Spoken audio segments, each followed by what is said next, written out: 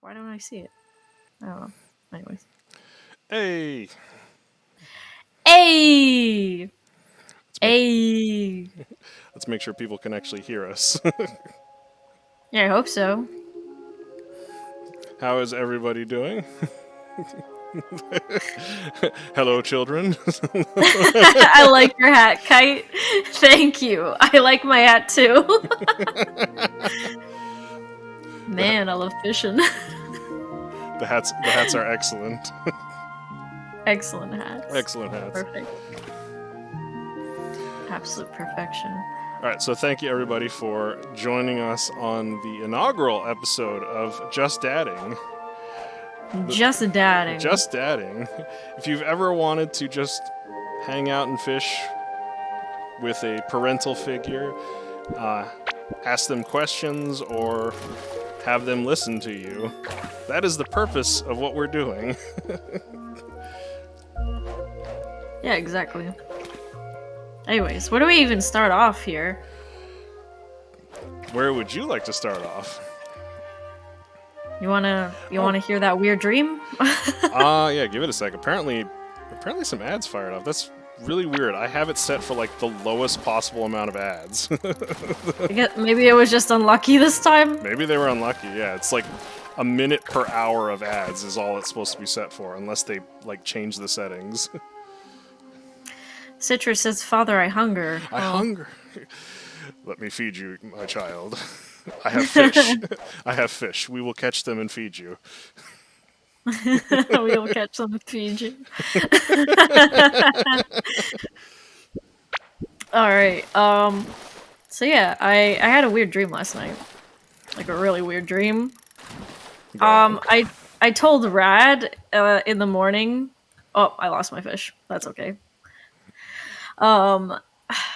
It was so weird because I woke up and I realized I had been crying in my sleep, and I was like, why was I crying over that? That's the stupidest thing to cry over. In my dream, for some reason, I had like a pet newt, like, I think, or it looked like a fat salamander, I guess. And I don't know why, I think my salamander was about to die, and it started talking to me, and it was just like, my time has come, and I started crying about that.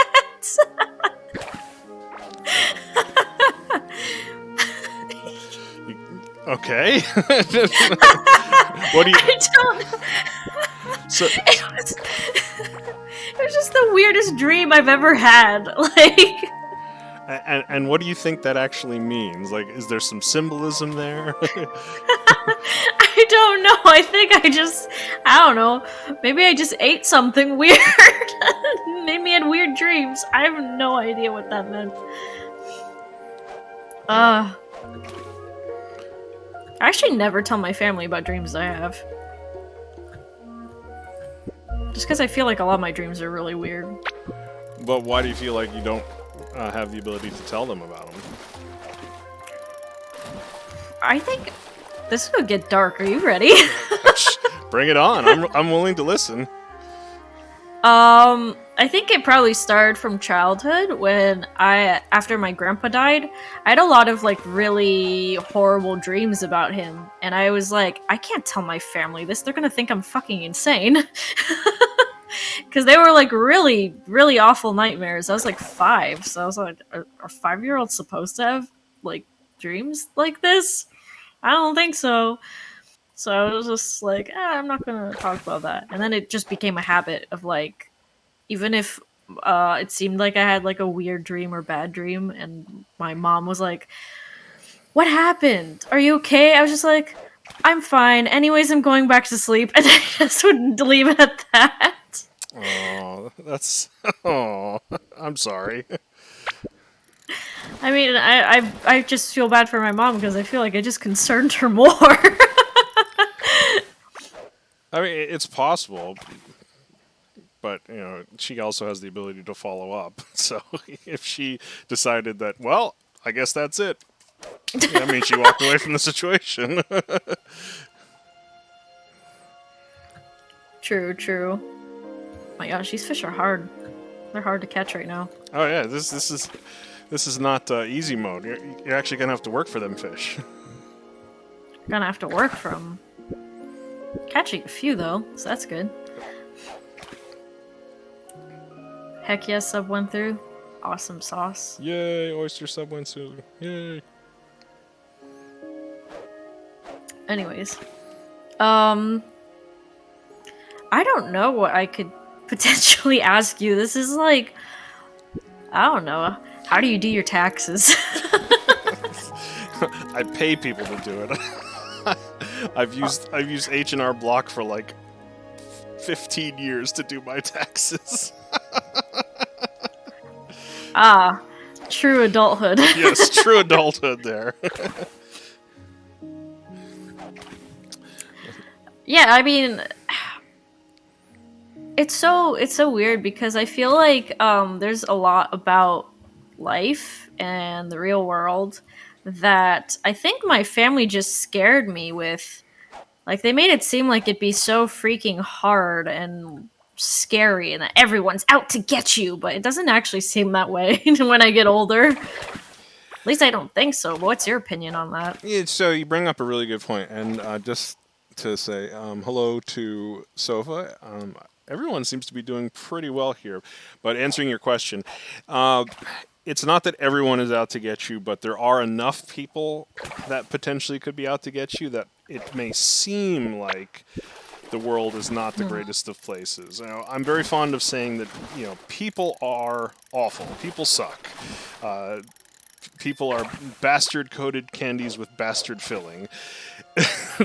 There's enough bad people out there that it makes it seem like the world is not a great place.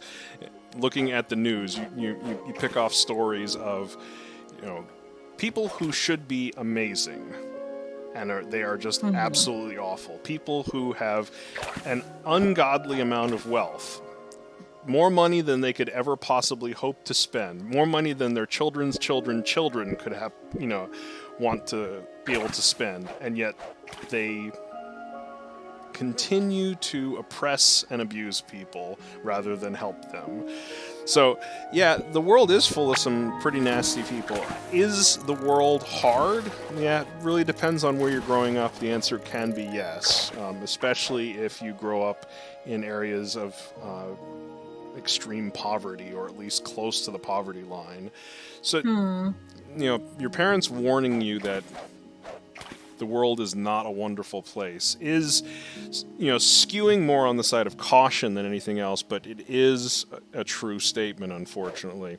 Now, what is not entirely true is everyone you meet is going to be, you know, awful or not nice.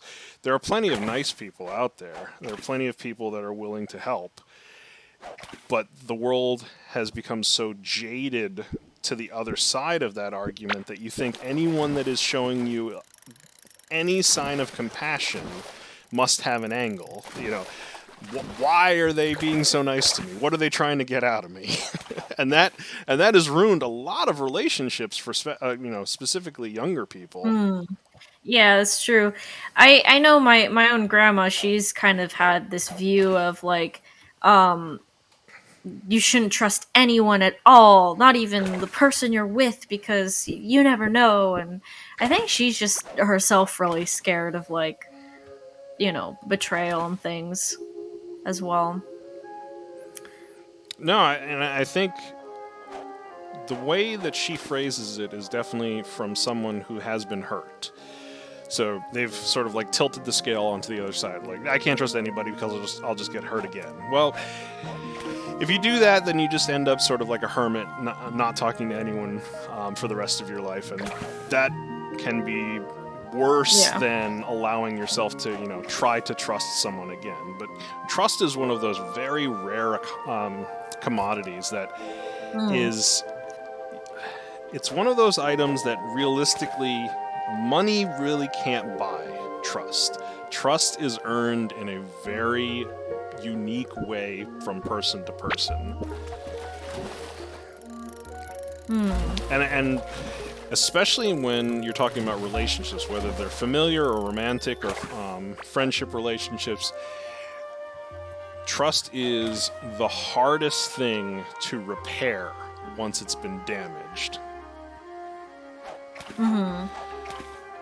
If you truly don't think that you can trust someone that is close to you, then that relationship is basically over. Yeah. Pretty much. I'm just... It's a lot to think about. I definitely think that my grandma might have been projecting a little bit, because even when like somebody did break my trust, she was like, "See, I told you, you cannot trust anyone," and it would just make it like even harder for me to trust people, because I was like, "Oh shit, she was right." But it's not like that. It's not, it's not that simple. Pulling from chat for a second here. Money can buy trust funds. Yes, Citrus is correct about that. You can buy a trust fund. Atkim saying, for me, I do not mind helping people, even if I know that they're only with me for their own benefit, as long as it does not harm me or that they do not want to pursue or do not pursue to harm me. Yeah, and that's on the healthier side of the mentality. Like, you know that they're basically hanging around because you're nice to them, or they're hanging around because, you've got the car and you give them rides to go places.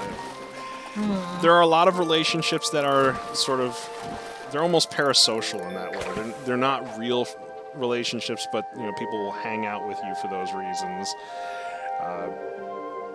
Are those bad? Not necessarily. I mean, they can always develop into something, more concrete. But don't be surprised if the other option happens, where they suddenly lose interest and move away because they weren't really that close. But the key aspect is you put yourself out there to allow the potential of a relationship to actually happen. So you're trusting someone. They're hanging out with me now. Maybe this will actually turn into a real friendship. Maybe this will turn into a real relationship. That type of mentality allows you to be, I want to say, more complete of a person, because by allowing yourself to like other people, sometimes they will actually like you. It's not all the time. It's not guaranteed. I mean, relationships are hard, especially in the dating world these days, and even more so with some of the law changes that are coming. But the key aspect is not to incel, femcel. Don't close off like that, because that's just completely toxic. Yeah. Oh boy. Oh boy. I mean, it wasn't until I actually met Rad that I was like, oh my god, I can trust people, and they're not going to be fucking weird. There's like trustworthy people out there. There are trustworthy people out there. But I will admit, it was super rough in the beginning because I was so sus. I was just so sus because I've been taught my entire life that people like this don't exist, Well, yeah, that's what I said. That's what has sort of been perpetuated by some of the older generations, is because they got hurt, once, twice, however many times. Maybe it even is just once. Everybody bad, You have to be worried. Everybody's just out to get you. No one's really real. They're just looking to get you in bed. They're just there for your money. People like that do exist, but it sort of taints the prospect of someone being actually genuine and nice. Yeah, but also it wasn't just like my family like scaring me that had made me like really sus of Rad in the beginning of our relationship, but also because my past relationship wasn't that great. So that on top of it was like, is this for real, or am I about to get my ass whooped again? Well, right. Yeah. Again, if you've been hurt in the past, it becomes that much harder to trust again.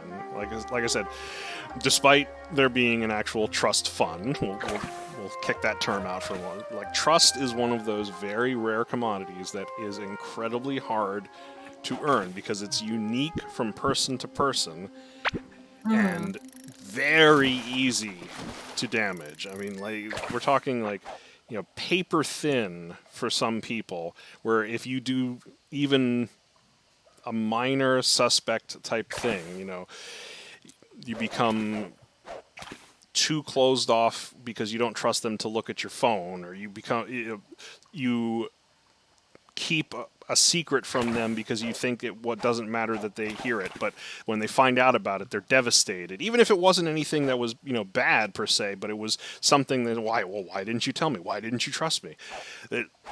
It's that easy to damage a relationship. And when I talk about relationships to most people, I always tell them the most important, absolute important thing in a relationship is communication. You have to communicate with each other, because when one party stops communicating, you start getting into that damaged trust scenario, because people start suspecting, people start assuming, people start going into the worst case scenario. Yeah, that's true. They were 2 minutes late coming home. They must be cheating on me. Yeah, of course. That's what 2 minutes late actually means. It's that type of mindset that with poor communication, you can spiral out of control. So even in a interpersonal relationship with friends, open and honest communication, very, very important. I mean, there are some things you don't say. Know your audience. You're not going to tell this one particular friend about your escapades last night with your significant other, because they probably don't want to hear it. However, there are some things that you do say because it helps you grow in that relationship. Yeah. But I'm trying to think what else I wanted to ask and talk about. I did tell you about what happened on TVA, where one of the people who I promoted recently to curator made a helpful post on how to, make friends, because like, she noticed this, and I definitely have noticed this. A lot of people, they like, how do I put this nicely, actually? A lot of young kids will go up to somebody and be like, oh yeah, I want to be friends, but then they won't know what to say. Like, they'll be like, I'm bored, and they'll just make it super awkward. And it's like, you have to do something to keep the conversation going and make it not boring.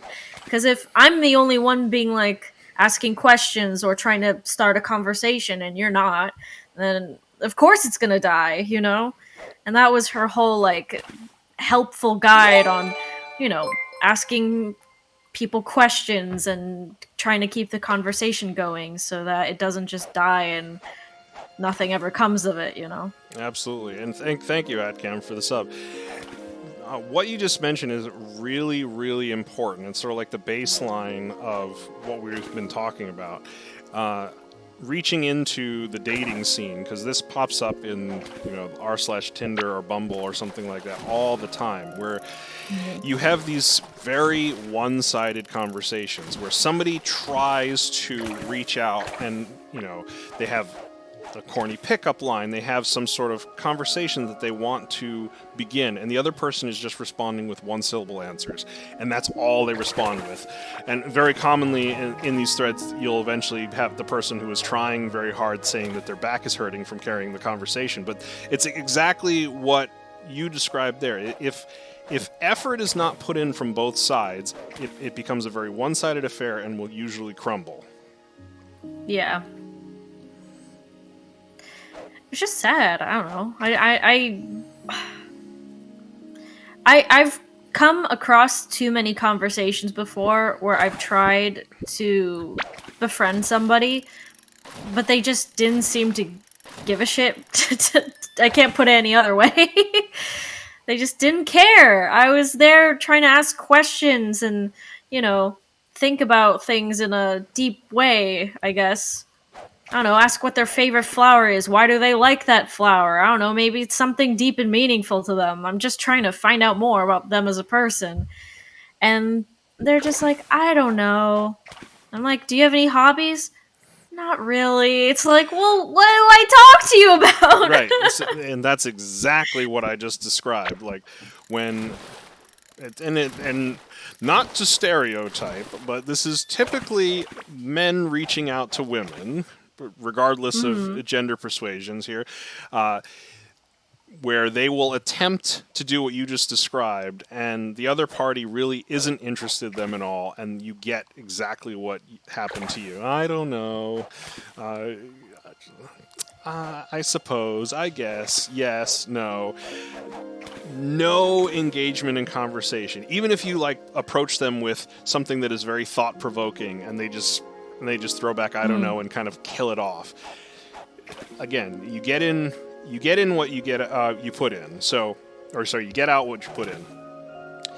If they're not willing to put in any effort, then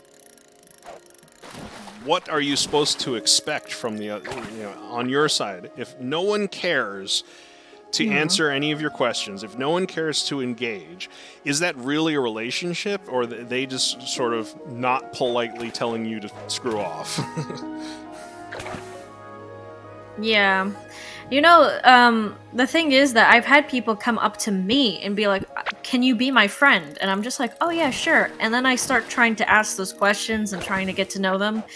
And then they do the same thing. And I'm like, well, why did you ask to be friends with me? Like, what do you expect from me? I can't do anything if you're closed off. I really can't. Right. Don't reach out to me if you're not gonna, pull your own weight here. Right, exactly. Like you're getting out what you put in. If they're not willing to put forth the effort, why did they ask to be friends? Was it purely as like a clout chasing move, where they were just wanting to put down, oh yeah, Littlepupchamp is my friend, and that's and that's all I need. But this was before like I even became a streamer. So it can't be a clout chasing thing. It was like on Amino somewhere. Well, they didn't know who I was. They just messaged me out of nowhere. Oh, okay. I was going to say, because you did have a reputation on Amino too, so it could have been very similar. But if it was like blind, yeah, then yeah, that's when I was like, this really makes no sense to me.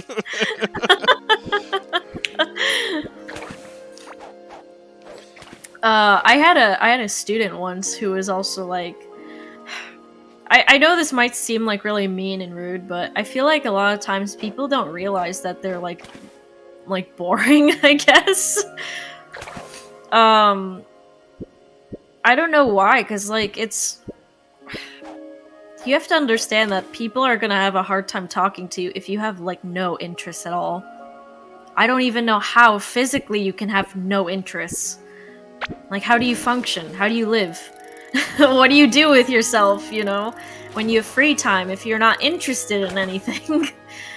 It's really confusing to me because I think I would just die. But yeah, I had a student once and I was trying to figure out what her hobbies are and everything, and she had none. Literally none. Aside from just watching Friends, which I didn't watch myself, so I was like, great, now we have nothing to talk about. It was really awkward. I didn't know what to do about it. I tried suggesting things to her to do. I said maybe I'll go check out Friends so that I could talk to her about it. But yeah, she like had no plans for the future, no interest, no hobbies.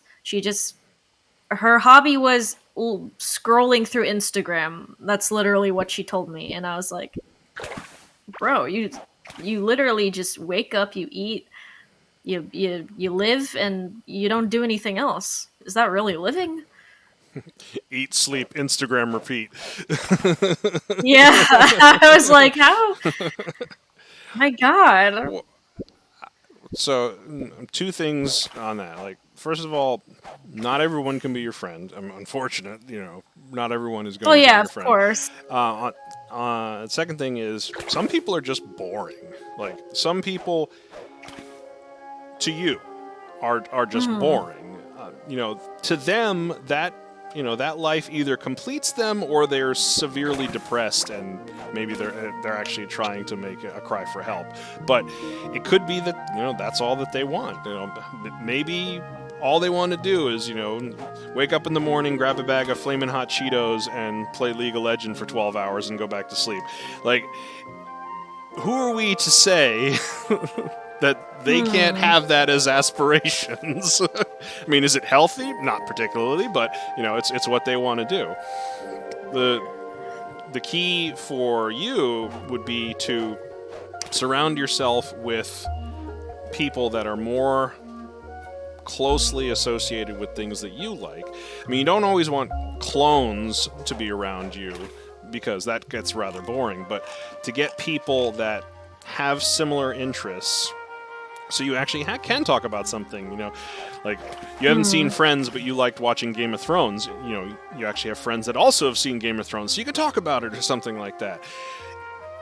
Yeah, exactly. That's true.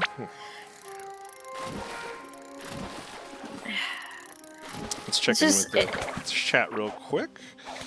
A lot of comments. I generally do not like making friends unless their life situation is mostly close to mine. Right, exactly what we just said. I normally don't write to check or kite, mostly out of respect to the time and because I don't know how to write. Aw, poor Shin doesn't know how to write. You can always write to us. Yeah, of course. Choosing friends is necessary. You cannot befriend anyone. Well, apparently somebody tried to befriend Kite, so maybe they tried. To be honest, yes, it is like dying when you do not have something to do. I know this feeling. Yes, absolutely right. That's why I said that. Like either that's all that they think they want to do in life, or maybe it's a cry for help. Because I've known a few people that they were either too prideful or too embarrassed to ask anyone else for help, but they put enough signs out there where it was, not hard to, or not, I would say it is very hard to miss. I see. I don't necessarily think that was the case with my students. Because, I mean, they had friends and they would go out with those friends. Just, yeah, no common interests, no hobbies, no nothing that I could, talk about. I would just pretty much go there and just help with, grammatics, and maybe I would bring a topic that we could talk about. But even then, it was really, really rough because she wouldn't know what to talk about with those topics. She just had no opinions even. I was just like, boy, they're like a blank slate of a human being. How are you supposed to practice English if you can't even hold a conversation with me? Well, yeah, and that's a question for the child as to why they're actually taking that class if they're not going to put any effort in. In the American school system, you're forced to take certain classes, so I kind of get that one. But it sounded like no, she chose to. Yeah, that's what I was saying. Like your kids chose those courses. So is that really the effort you want to put into them? Is you wasting your parents' money out of spite? I mean, what's going on here? But it's possible that they are very closed-offish to anyone that is not part of their inner circle. And what you tend to see is this gray rock type approach to anybody who you're not even going to give the time of day. Like, you deem them unworthy to have a conversation with you, so you take the full gray rock approach, which is normally reserved for, ending a bad relationship when you don't want to get into that emotional state of playing the pick-me game or something like that. You try to gray rock the other person so that they know that the relationship is actually over. But it also works to prevent one from starting, because if you give them nothing to work with, they're eventually they're gonna walk away going, "Well, I tried." Shin said, this might sound weird, but what if schools had a class for how to create conversations with people? I feel like that would help. I mean, Shin is not wrong there. How to socialize. That's the thing. School, I have so many opinions on school and how they handle things, because it feels like they force socialization, but they're not very understanding of those who have a difficult time with socialization. And this was actually shown in that game that I was playing with Rad a while back called Hello Charlotte. All of the school interactions were seen as like little fight scenes where you're just supposed to like fight them off by saying like hello and stuff like that, because you're kind of forced to interact with them and socialize. And that's what the school expects of you. And if you get the lowest, what were they called? Social points, I guess. If you got the lowest social points, you were pretty much just booted out at the end of the game. So, I mean, yeah, it had a big, like... it just hits too hard Well, too close to home. It does, and to catch a point here, Akim, schools for the most part they do suck anyways. They are not built for you to learn. It is like a factory of mass production. Yeah, most of them are like that. They're built to churn out already sort of indoctrinated adults, where you can just go forth to your minimum wage job and accept being abused.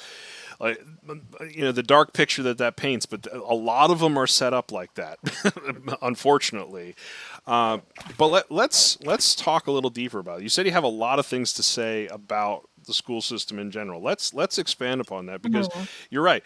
It would be amazing if they had some sort of social interactions course, if they had general adulting skills course. They used to have them. They were called home economics, and they killed those classes in a lot of American schools. Yeah, they killed them in a lot of American schools due to budgetary reasons and the way they were wiping out the arts and stuff. Yeah, the way they were wiping out the arts and other things like that. But what you would consider essential life skills, they no longer taught them. So you churn out these these 18-year-olds that have no clue how to survive, and they have no actual transferable skills.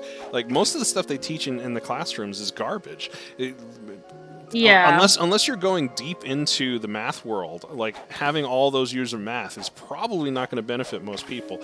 History, which they're trying to now erase for certain political reasons, is one of the more long-term items that you should be able to keep with yourself, because if the classic phrase, if you don't understand history, you're doomed to repeat it. That appears to be happening multiple times here. The millennial age group is now going through their fourth in a lifetime event when it suddenly loses meaning when you go beyond twice in a lifetime. Oh man, I have a lot of memories from school, and just they didn't teach us jack shit. Like, I went to a private school, but even there, they didn't teach us jack shit. I was really surprised when I came to Europe and I saw how ahead all of the kids were in comparison to me. I was just like, ooh, now I really feel bad. But I remember that at least there was one teacher who I really appreciated, because she actually really cared and went the extra mile just to teach kids math. And yes, she talked like a military sergeant, and yes, she scared the shit out of me a lot of the time, but she would actually let kids take their lunches from the lunch cafeteria room area. I don't remember what we called it. We called a lot of things different names because it was a Catholic school. But we would take our lunch from the cafeteria and we'd bring it to the math classroom, and she would use lunchtime to help teach us what we didn't understand, and we'd all help each other, and it would be a lot more fun that way, honestly. So yeah, that was actually really nice of her, because she didn't have to do that. It's not like she's not obligated to help us for any extra hours, but she did it anyways. No, and I get it. She felt obligated because she had, some sense of conscience to do better for her students.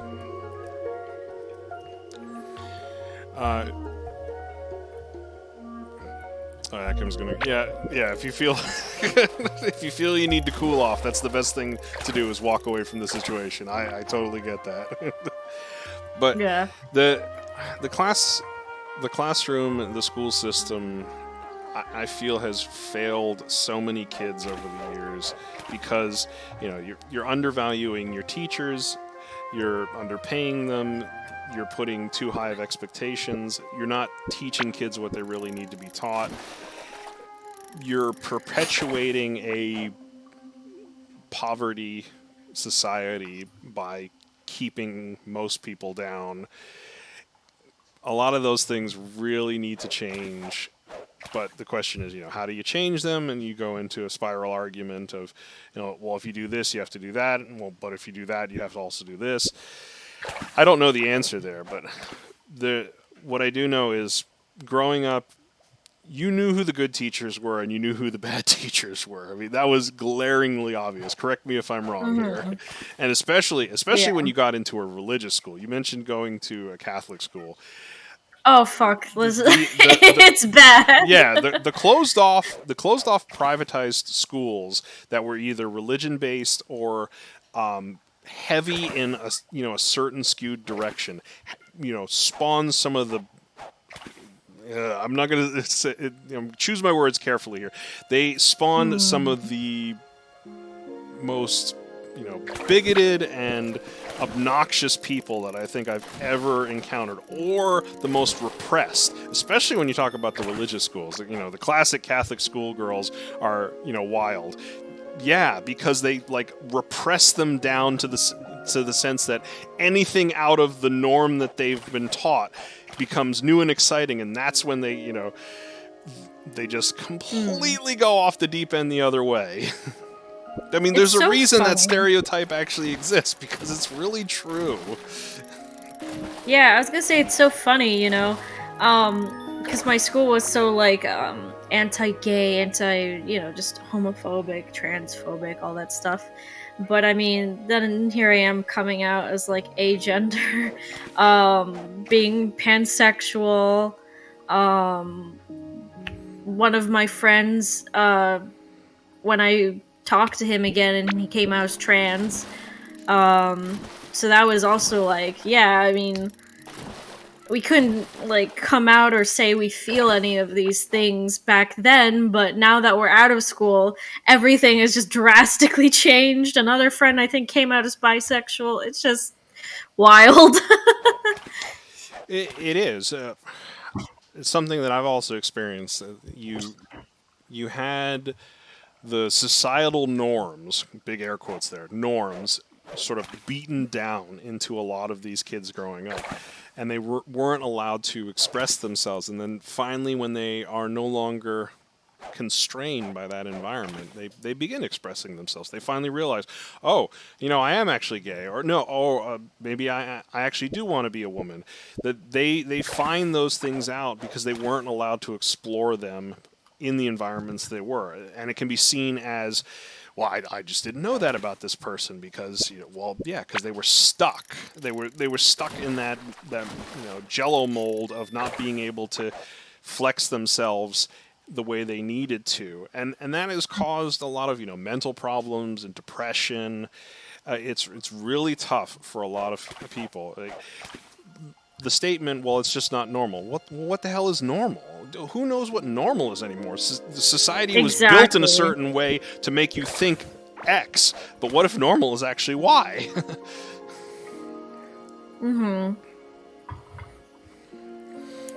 It's also complicated. I was gonna say, really quick, how do I open my inventory again? I don't even remember. Tab. There we go. Speaking of that friend who I mentioned who came out as trans, I really should try to collab with him because he also became a VTuber, and I was like, oh, heck, what a small world we live in.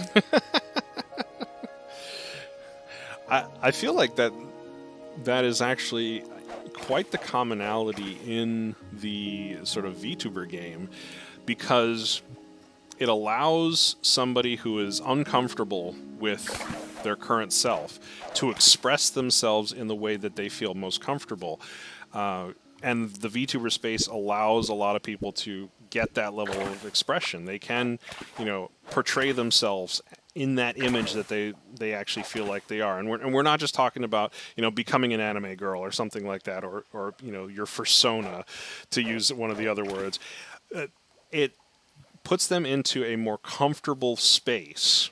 And the trans community seems to be very big on being a VTuber, because they may hate, they have body dysmorphia or something like that, and hate the current version of themselves, but what they can put up on the screen and show to everyone else, suddenly they love, and they become, better from a mental health perspective. Yeah, exactly. I can definitely see the appeal of it, which is also why I really like that I could also have like my own avatar, because, sometimes I look at myself, I'm like, is that really me? I feel like a disconnect from what I see and how I feel inside, if that makes sense. I don't know if that's body dysmorphia or dysphoria or whatever, but I don't feel like my outside representation matches what I feel as a person. Because even when people see me IRL, I don't think they'd ever expect me to be a VTuber or to even swear this much. No, I can totally see that. Having had a peek behind the curtain, I completely get what you're talking about, and I think that is a lot of the appeal with a lot of the big platformers, and they talk about it, especially the ones that have never shown their face. Like they actually really like that level of anonymity, to be able to, turn off the camera and suddenly nobody knows who you are. A lot of people like that aspect, but it also goes the other way. And what you did describe is a form of dysmorphia, as I understand the definition. So, yeah, what you are portraying on the screen is closer to how you feel than what you actually look like. It is. And again, don't you feel happier or better about yourself when you see your avatar on screen talking versus looking in the mirror? Oh yeah, definitely. And I think that is another huge aspect of the appeal to the VTuber environment. Iron Mouse likes to say, that her goal is to make everyone a VTuber, even if it's just for one day.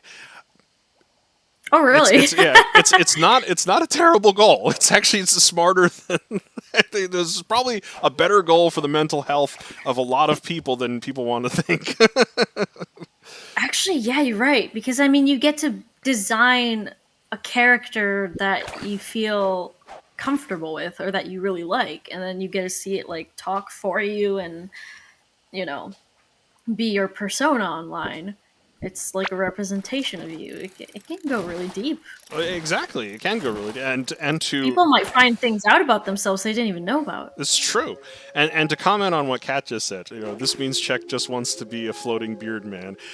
Well, see, that's the that's the not so well kept secret, is like I literally cosplay as my avatar. Like, that's the joke here, is I really didn't do all that much for my avatar in reality, and Kite can confirm this. He has a very glorious beard. and I wear the hat, and I have the glasses, like, yeah. I was like, oh my god, you do look like your avatar.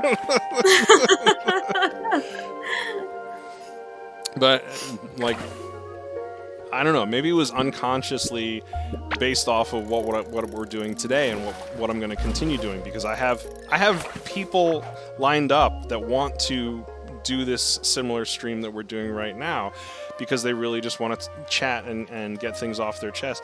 Maybe subconsciously I was trying to create that sort of dad character that you can plug and play in any environment, that by making most of the body invisible, you can imagine the rest of the character as it suits you for the conversation. Ah. Or do that really funny thing that you did where you superimposed me over your character and you had a glorious beard. It was a very nice beard. I enjoyed it. I enjoyed having it.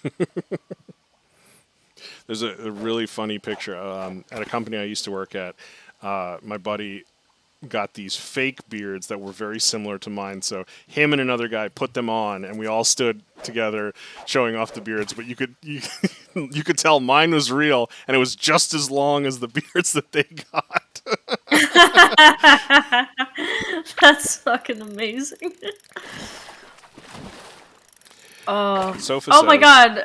Oh no, go on, Yeah, and then I'll tell you. Sofa says, I think some of what we're talking about is in reference to our inner child. We all have them, and some of us have ours locked up. Having something like a VTuber or something hides who you are, you're able to get let out the inner child, but that is a part of your true self, which gives you the sense of freedom and showing your true self. Yeah, exactly. And that's, I think, one of the key aspects that the community is experiencing. Mm-hmm. You know, maybe thousands of people do want to be anime girls. Who's to stop them? Because they now can. Maybe that's what their inner child actually is. All right, what were you about to say?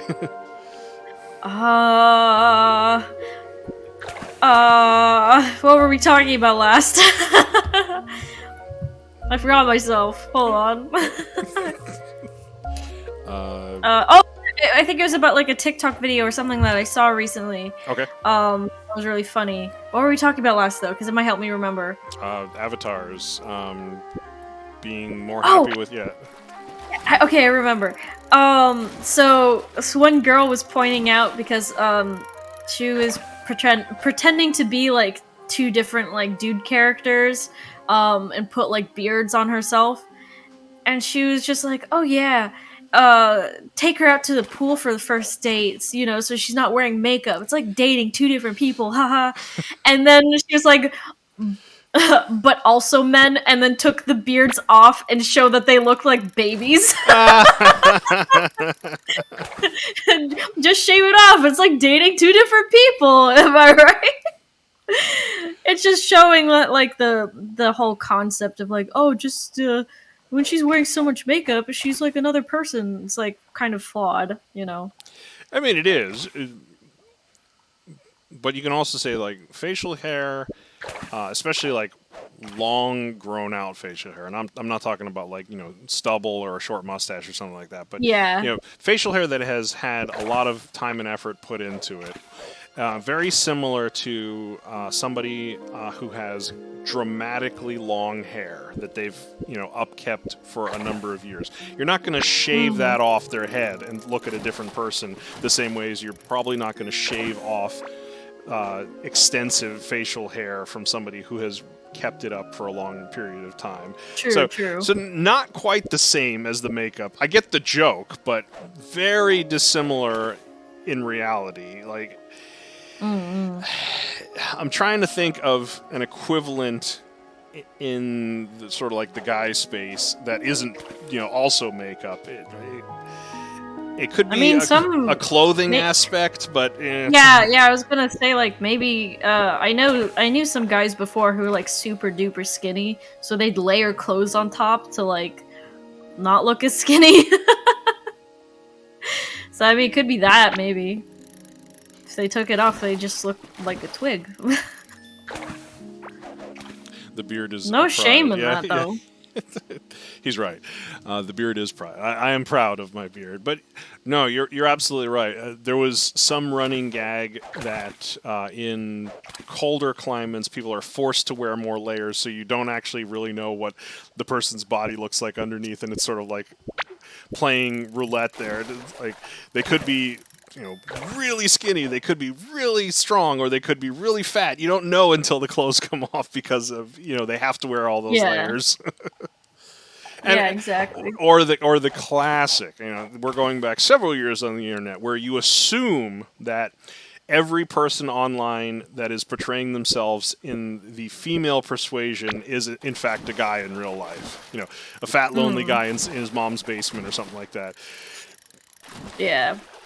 Oh, speaking of like portrayal and all that stuff, I still need to do Charles' voice reveal someday. I know, I know, like people have been asking for that. I've just been you know, waiting on some things from Rad since he's now working on his model so hard. So I can't exactly do all the ideas that I want to do. Like I can't do the Chair-kun like maid cafe stream when he hasn't drawn Chair-kun in a maid outfit yet. Things like that. I have to wait. Well, yeah, you just wait for him to be done. You know, things take time. This this is why, and having the benefit of watch some of the bigger streamers, they will like commission pieces way in advance because they know how long it'll take. Even though that they can climb to the top of certain queues because they have influence, they have money. They pay for a rush order or something like that. They still know that, you know, when Iron Mouse, who has, you know, 40 different VTuber models at this point, wants to add, add another one to her collection, she knows to commission her artists, you know, 6 to 8 months in advance, just so, you know, by the time she needs it, she's not waiting for it. And your situation is sort of on the other end of the spectrum because you wanted to do things, but you know you're at the mercy of, you know, you have to wait for him to finish, and he has a lot of things going on. Like you said, new job, you know, big transition in careers. He's working on his stuff. He has to go through all of these steps before he can get onto your stuff.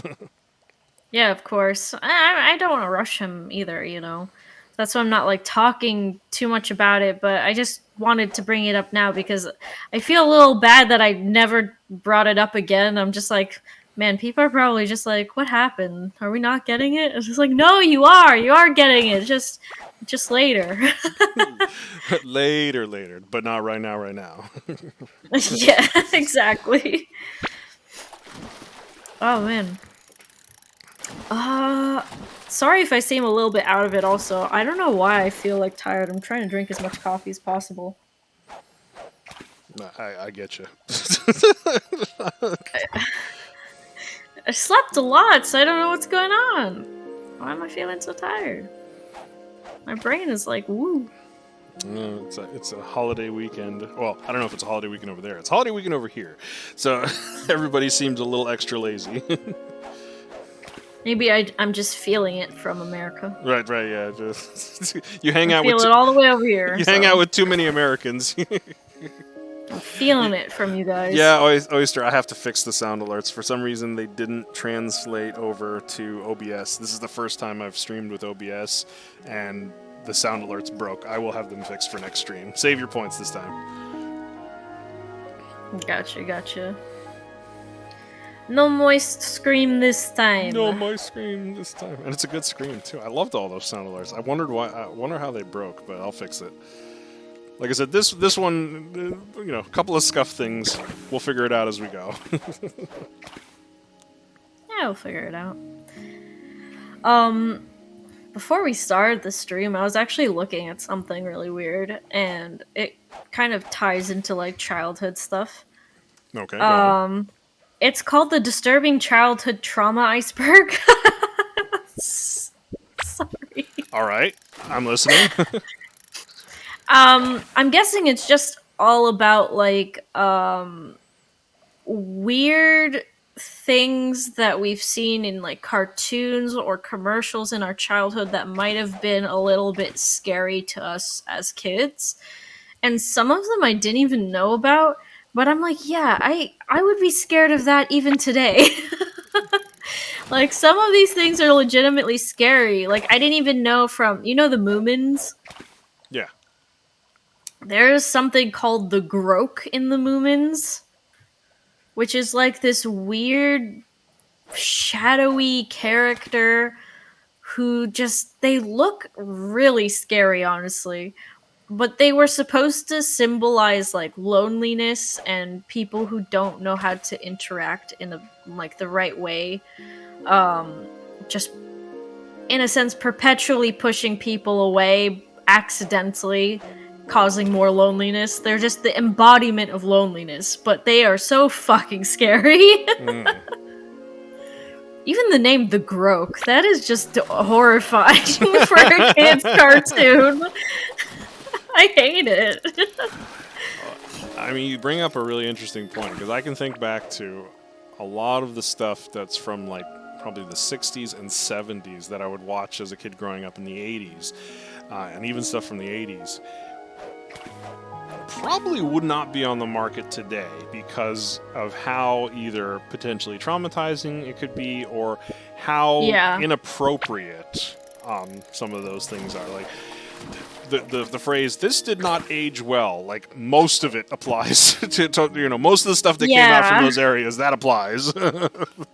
Yeah.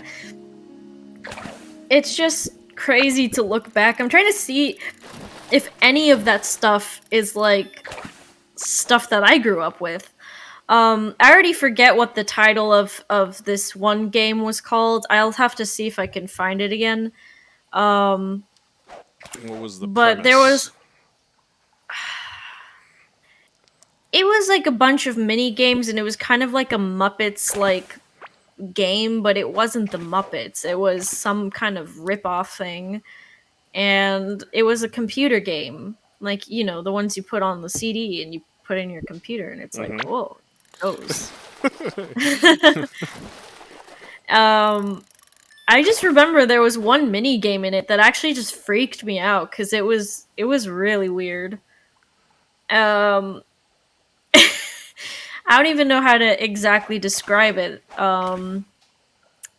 But you were supposed to catch like positive things in a box because like two characters had an argument and you were supposed to put them up on a wall to make them feel better. But you couldn't catch like the bad things, and the bad things were like weird faces. One was like a moon with a weird face, and they'd all make weird noises as they passed by, and I hated it. I hated it so much. Okay, I mean that makes sense. Oh, and Oyster, shout out for pointing that one out. Yeah, Watership Down. That is a traumatizing. Woo! Oh, there was another one that was just as traumatizing. I mean, it wasn't like a child's cartoon. Again, it was like an adult cartoon, but people didn't know about the fact that it was for adults during the time it came out. He says The Animals of Farthing Woods. I don't know that one, but that one... Oh, I know that one too. Oh, it's so bad. It's so bad. Even some of the, like, even some Jim Henson stuff, like the original Dark Crystal, like, there are some rather dark things in that movie, like when they suck the life essence out of the little slave characters there, or they murder the whole village. Like, this is Jim Henson Muppet Creations, and this is for kids, and you're like, maybe not.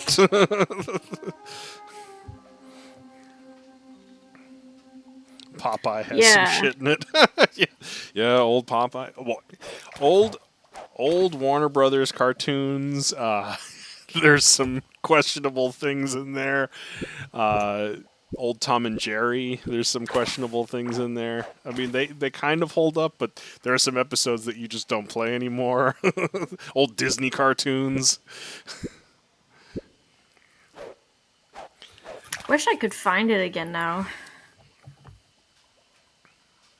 The whole iceberg. Not the iceberg, but the thing with the game. Yeah, the game that freaked me out as a kid. It's kind of funny that you mentioned like the games. They were on CDs. Like somebody posted on r/gaming the other day that they went to this sort of like vintage store, and there were a whole bunch of like new in box CD-based games. They're like, I can't play them, but they're cool to have on my shelf because nobody has an optical drive anymore. Oh, I see. Huh. Or the games just wouldn't run in like Windows 10 or something like that. I'm trying to see if I might have liked it or something. It might be in my liked videos somewhere. While you're checking that, I'm going to check in with chat. Say hi to Icy. Bro, the original Transformer cards. Oh yeah, Well, the original Transformer, G.I. Joe, and He-Man cartoons were designed purely to sell the Hasbro toys. So they had like an extra level of budget that the other, cartoons at the time didn't have with them. That's what made them epic. Game of Thrones for kids. Honestly, growing up poor wasn't so bad. Got to see hella old cartoons. Yeah, same. Like growing up poor, like we legitimately would, I'm really dating myself here. We would buy stacks of VHS tapes, blank ones, and any chance we got to go to my aunt and uncle's house, who lived several states away. It was like we would go there for the summer. We would just record cable TV, because they had cable TV. We didn't have cable TV. We had rabbit ear antennas. We got 3 channels growing up. So we would record like every possible thing we could get our hands on those stack of VHS tapes and take them home and then just watch them on repeat.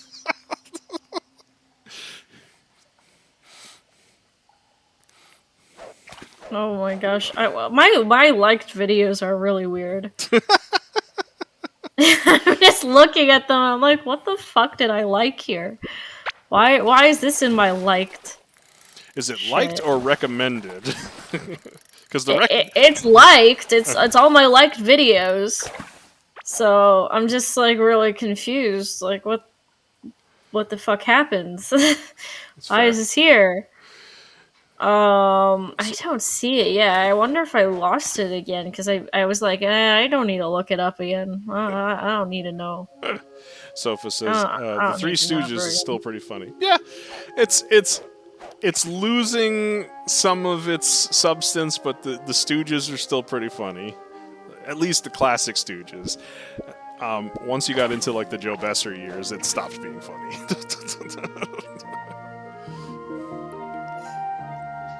I think I might have found an old video of like, because I had rats before, and we would like if my wait hold on, it played on its own.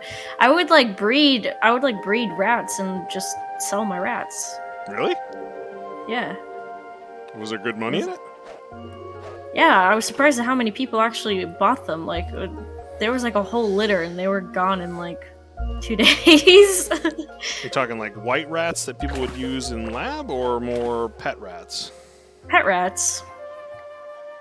People really liked the pet rats. I was really surprised. It never ceases to amaze me what people will actually keep as pets, and this household is definitely a crowning example of non-standard pets. Oh yeah, you showed me all your pets. Kat says, the never-ending story on VH. Oh my gosh, never-ending story. Another one of those, marketed for kid movies, probably traumatized a few of them.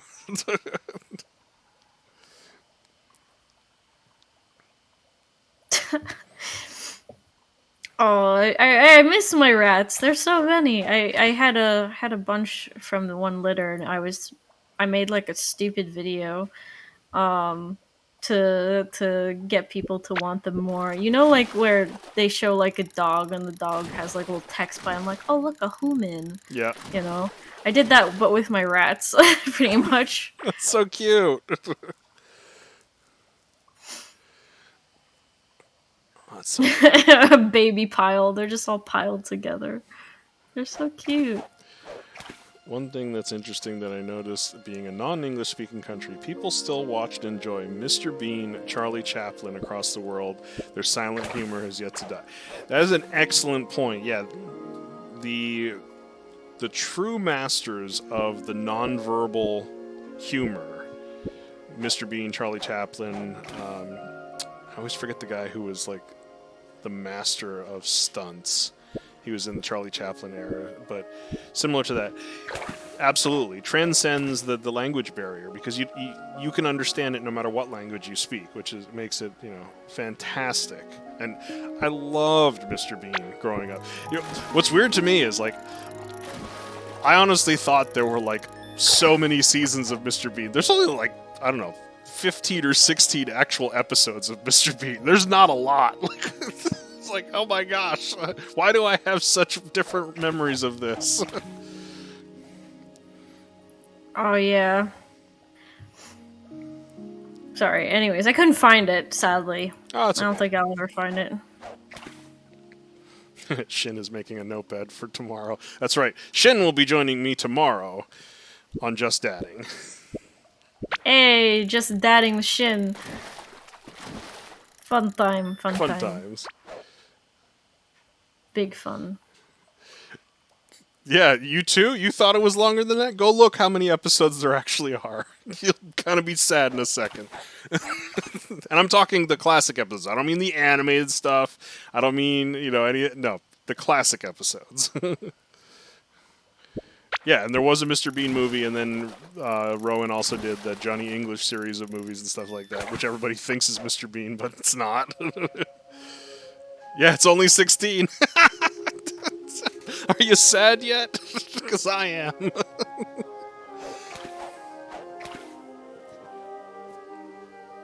Aww. Aww. I want rats again. This made me want pet rats. So get rats again. Oh, the thing is, there's so much work, too. Plus you have a cat, so they have a danger built right in. Actually, last time I had rats, my cat was really fucking scared of them. Really? That's interesting. Yeah, he was absolutely terrified. Anytime he'd come to, like, check them out, they would jump on the cage, like, bars and grab onto them really violently, and he would just run. They would, like, threaten him. That's funny.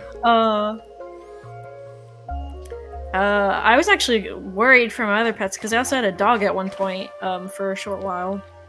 And, I guess my dog got too close, or they didn't like how close he was getting, and they actually bit his ear. Oh my. Like really hard. I was really surprised.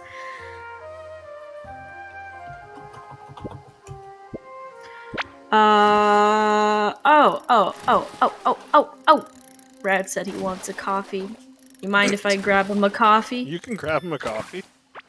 I'll be right back then. You'll be right back.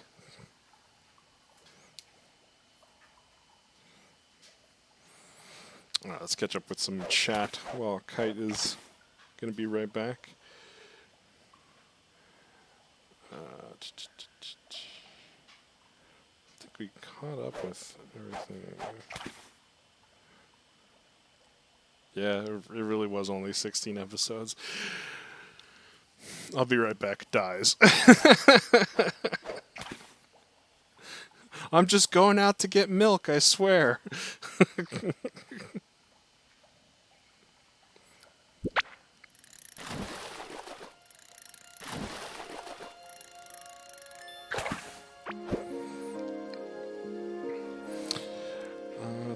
Let's scroll back up. What else did I miss?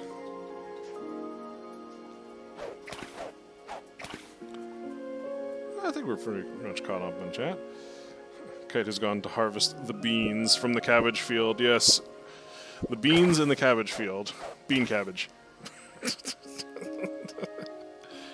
I'll have dinner, be back later. Alright, thanks for hanging out, Oyster.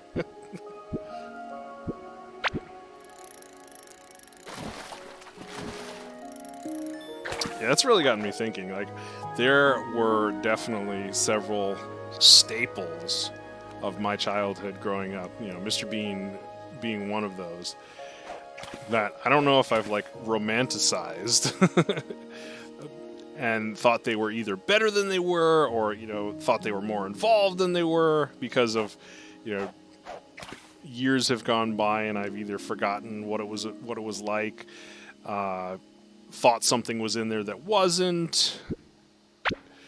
It's funny how the mind plays tricks on you sometimes.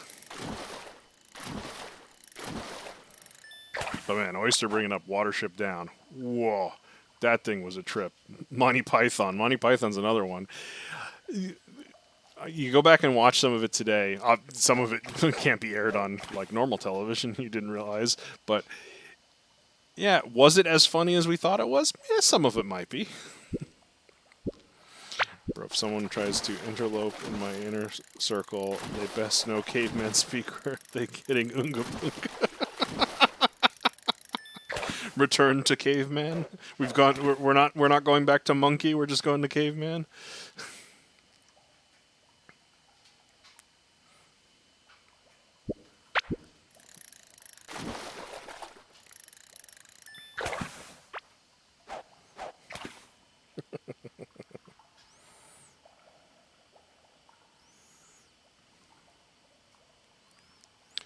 The French guy in the tower in the fight is like, oh yeah, it's still funny. Hey Kane, thanks for the sub. 5-month streak, man. That's awesome. Ding dang walla walla bing bang.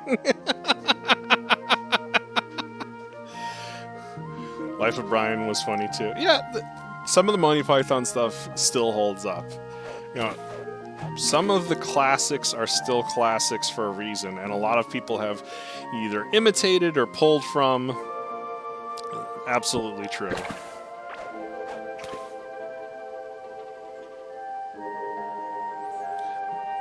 There's this brand new documentary on, I think it's HBO, on the life of George Carlin, which I'm looking forward to watching.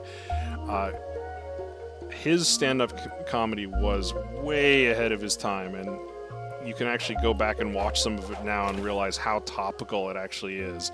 Like, he is describing what has happened to the world to the letter most of the time, and you're like, how did he know?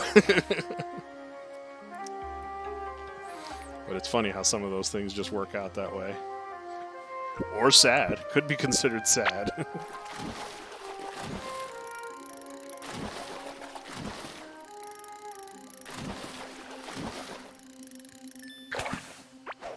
Is he the Messiah? I'm not the Messiah. He is the Messiah.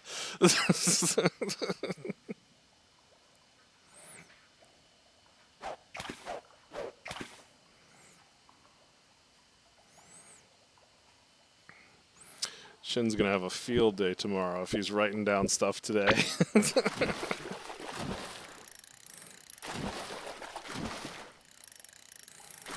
Yeah, to promote tomorrow's stream, Shin will be joining me.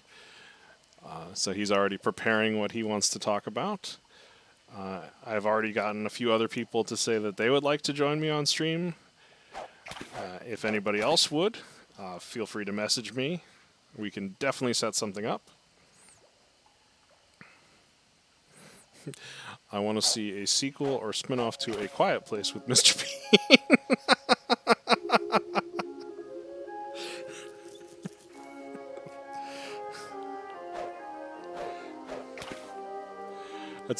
That's funny.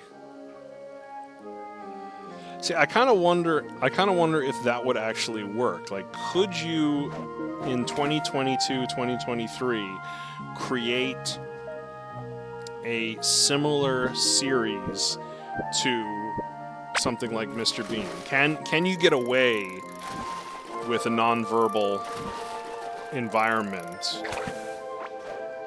Like the most recent example I can think of where that actually worked for part of the movie was the Pixar movie WALL-E. Like in the first like hour of the movie or something like that, there's almost no talking. But you're so, entrenched in watching this little robot move around and interact. But I'm wondering if they could actually pull that off in a Mr. Bean style nowadays. Because you're right, I'd love to see it.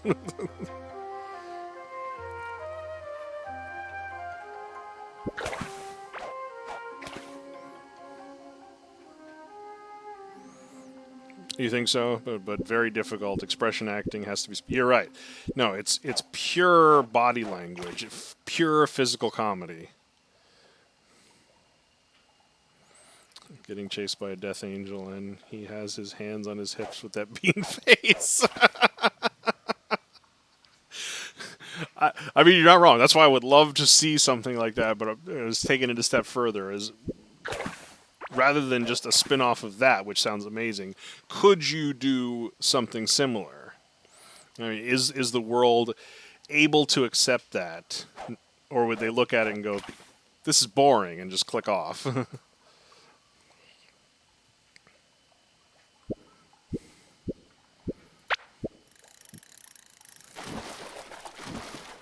think Shin was right. Kite is actually growing the beans and then roasting them. I heard that.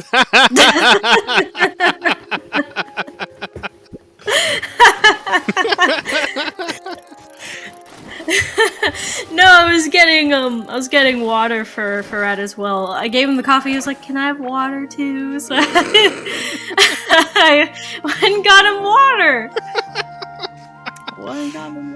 It was perfectly timed.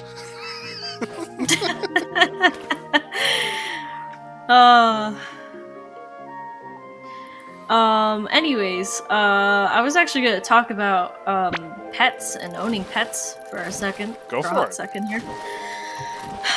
Cause I kind of grew up in a household where my grandma also was really wary of animals. She was just like, animals not good to have. They can carry diseases. Pretty much. I mean, people can carry them too. Well, yeah, you make a good point there, actually. So,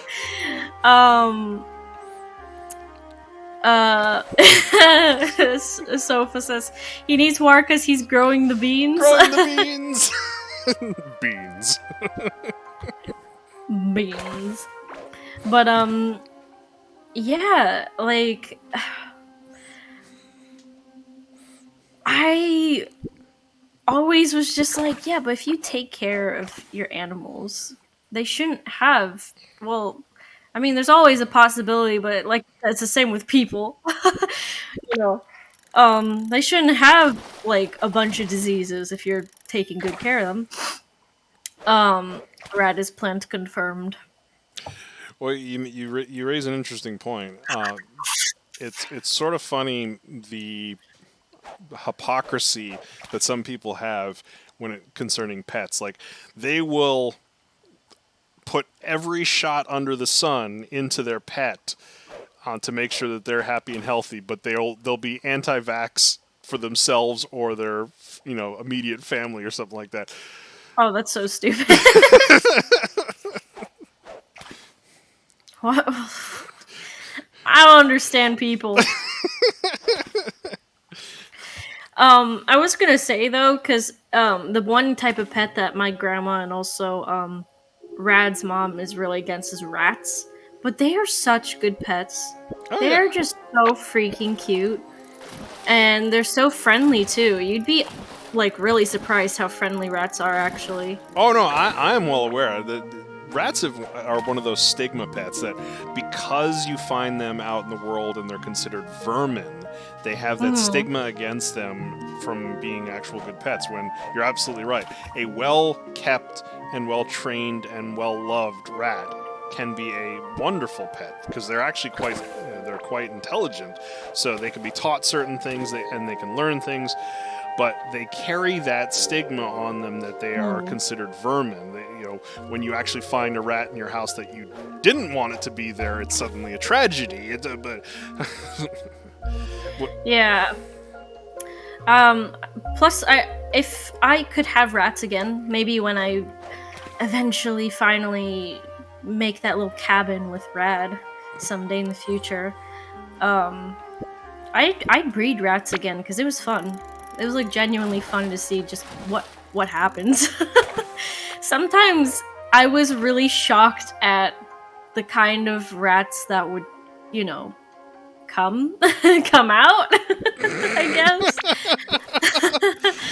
Because it's just so interesting, like, what kind of genes might be just, like, lying hidden in your rats. Because I mean, it's the same thing with people.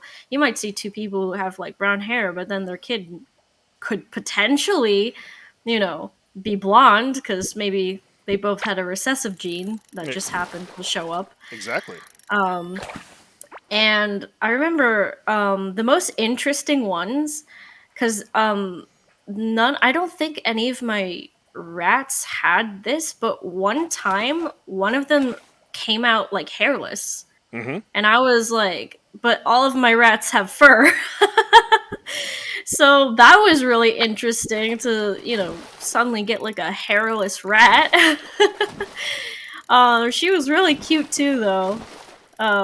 She was just a bald little rat. Bald. Definitely my kind of rat. That's right, definitely your kind of rat. The Sphinx cats, the bald cats, they freak a lot of people out in a similar way. Oh, they're so cute. They're so wrinkly. They are so wrinkly. I love wrinkly animals. They're just so cute. Cat says, Chernobyl rat, let's go. Sofa says, rats clean themselves all the time. In a clean environment, rats are actually really clean animals. Yes. Yeah. Great point.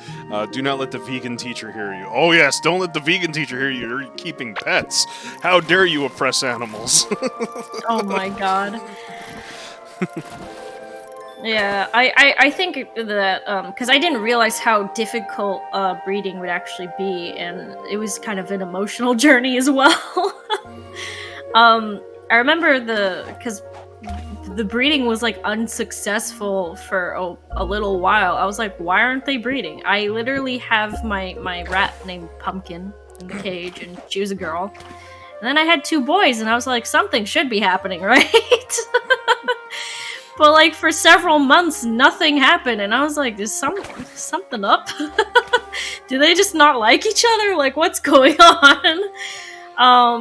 But eventually, she did get pregnant, and I knew that a really huge litter was on the way because her belly was big. I was like, "Oh boy, Mama's on her way." Oh, Kat says, let's talk about vegans making their animals eat a vegan diet. Oh, no, that's animal Jesus abuse. Christ. Yeah, that is flat out animal abuse, because a lot of animals are, carnivores. They need to eat something that has, like, meat in their diet. So, being like, nope, you're not getting any of that is just literal abuse. Yeah. Don't do that. If your animal has a vegan diet, they better be a rabbit. That's pretty much about it. Like, if you want to, force veganism on your animal, make sure you have a vegan animal. Pretty much. One that doesn't require meat or anything. Mm-hmm. Yeah, I always feel so bad when I see, like, a dog or a cat being forced to be vegan. I'm like, you are killing that animal. Yeah. I'm trying to remember, what happened during this time that I had rats, but I remember even the first litter was a little bit, like, traumatic. I was super happy at first, but I know that one of them didn't survive, unfortunately. There was, like, 13 pups, so I had suddenly 13 more rats! Wow! Bonus rats! Bonus rats! But yeah, it was really interesting to see what came out. Some were like fully one color. Some were spotted. Some just had like the hood, or some were capped. I don't know if you know what that means. No, I don't actually know those terms when it comes to rats. Capped is when it's like its body is mostly white, but then it has just like their head black or brown or whatever. Okay. Hooded means that they have that plus a stripe down their back. Oh, that's interesting. Some rats would have like red eyes, some would be completely black. I think the most interesting one was a complete chance encounter. Because I had ordered another rat from a breeder, because I thought, okay, well, they have really interesting colors. they were like brown and their fur was curly, like really, really curly rat fur. I was like, that's interesting. Kind of want one of those to put in the mix. So I got this little baby rat, but I thought it was a girl because they told me it was a girl, but Oh it ended up being a boy. no! I didn't see that because they gave me this baby rat like way too soon. It was like a baby. Um, and I thought it was a girl for a while until he got bigger, and I was like, oh, it's a boy. But I've already named him Sarah, so I guess I'll just keep calling him that. So, but I think the most interesting thing was that they thought he was a brown rat with just curly fur, and that was it. Like a brown and white rat. But actually, he had this really rare trait, which I didn't know about until he started to get bigger. And it's called, like, a rowaning rat. I think that's the term. But it's when the fur starts to turn gray and then white. For some reason, as the rat gets older. Huh. And that's not the rat being old. It's just, even when it was like, I don't know, like it was like half a year old, it was already turning like gray and then white. It was really interesting. And is that like really rare? I think so. I mean, I've never seen that happen before. I had to like really search for that term because I was like, what is this? Like, what's happening to my rat? Why is he turning white? That is really interesting. It reminds me because I've had conversations with dog breeders, and similar experiences where they'll either breed out a recessive gene or come across a recessive gene by accident that they weren't expecting to have in the litter of puppies. But yeah, it seems like it's very similar to your breeding of the rats. I don't think the breeders knew about that or something because maybe it wasn't necessarily a recessive gene. I'm really not sure because when I bred him with my rat Pumpkin, a lot of the pups that came out also had fur like his, and I was just like, okay, what's happening here? It was really pretty though, because it was like the fur at the very like base would be gray, but then the ends, the little tips, would be white. It was the most interesting thing I've ever seen happen in a rat. Yeah, it is interesting. And he was perfectly healthy. He wasn't like sick, because I see Akim asking if the rat was sick. No, he was perfectly healthy. He was the biggest rat I owned. He was so like, he was just a buff rat. Wow, buff rat. Yeah, he was really healthy, he was big, he was always running around playing with other rats, so yeah, I think he was perfectly fine. It was just a fur type that I didn't know about. That's weird. Strange things happen sometimes. Yeah, so it was really cool. He had that fur type, plus his fur and whiskers were curled, so he was like really soft and fluffy as well. Aw, sounds like a cute rat. Oh, he was adorable. And he was so good too, because some of my rats didn't really like being held, but as soon as you picked him up, he would hold completely still. He was just like, yes, it is time for pets. See, that's like the ideal pet rat right there. He was the best one. God, I really miss him. It's really sad that rats don't live very long, What's the average age length on them? 1 to 2 years, maybe. Oh wow, that's really short. Yeah, they really don't live long. I think the maximum age I've heard has been like 3 years, but that's like, wow, your rat has lived a long time. I didn't realize it was that low, but I've learned a lot of pets don't live as long as you would think. But then there are some pets that live so much longer than you would think. Like, it amazed me when, parrots, macaws especially. Those things can live almost 100 years. Like, they'll outlive their owners a lot of the times if they're kept healthy. Like, we're in like tortoise territory where they could live, 100 to 150 years. But most domesticated animals that people consider to be common pets live between 2 to 8 years. Like having a cat live 20 plus years is an achievement. Most dogs don't get that old. Most of them get like 14, 15. Exactly. There's some reptiles though that can go 20 plus. Yeah, but that's why I thought, like, oh, maybe breeding and selling rats is actually a pretty good business, because, I mean, they're gonna come back eventually. You got repeat business, that's right. Yeah, I mean, some people even told me one girl, she picked up 2 baby rats, and she seemed like such a rat lover, because she got so fucking excited when she saw the little babies. She was just like, I can't even describe her reaction. She was just over the moon happy. I've never seen somebody be that happy about rats, but it definitely made my day. And she did say she would come back in the future. That's fantastic. But I ended up stopping, so she couldn't come back, essentially. But yeah, maybe in the future I'd start up again. But I think I'd need to set up things a little bit better, because I learned a lot from breeding rats. It's difficult. It's difficult because they, first of all, after they breed once, they're gonna breed like crazy. So, it's like hard to keep up with that kind of thing.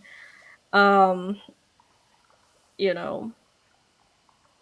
Plus, I'd always have to take out the mom and make sure she was separated from everybody else, because I didn't want the other rats. Like, I don't think they would ever, like...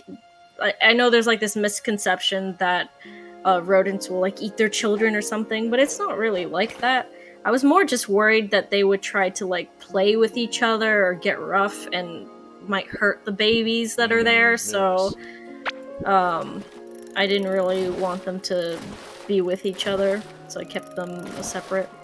That makes sense. You have to do similar things for people who raise fish. But although I think fish will eat their young. Yeah. It's complicated. It's definitely complicated, but it was an interesting experience. There was, like I said, there was a few, like, traumatic moments. But, otherwise things were pretty interesting. I think, like...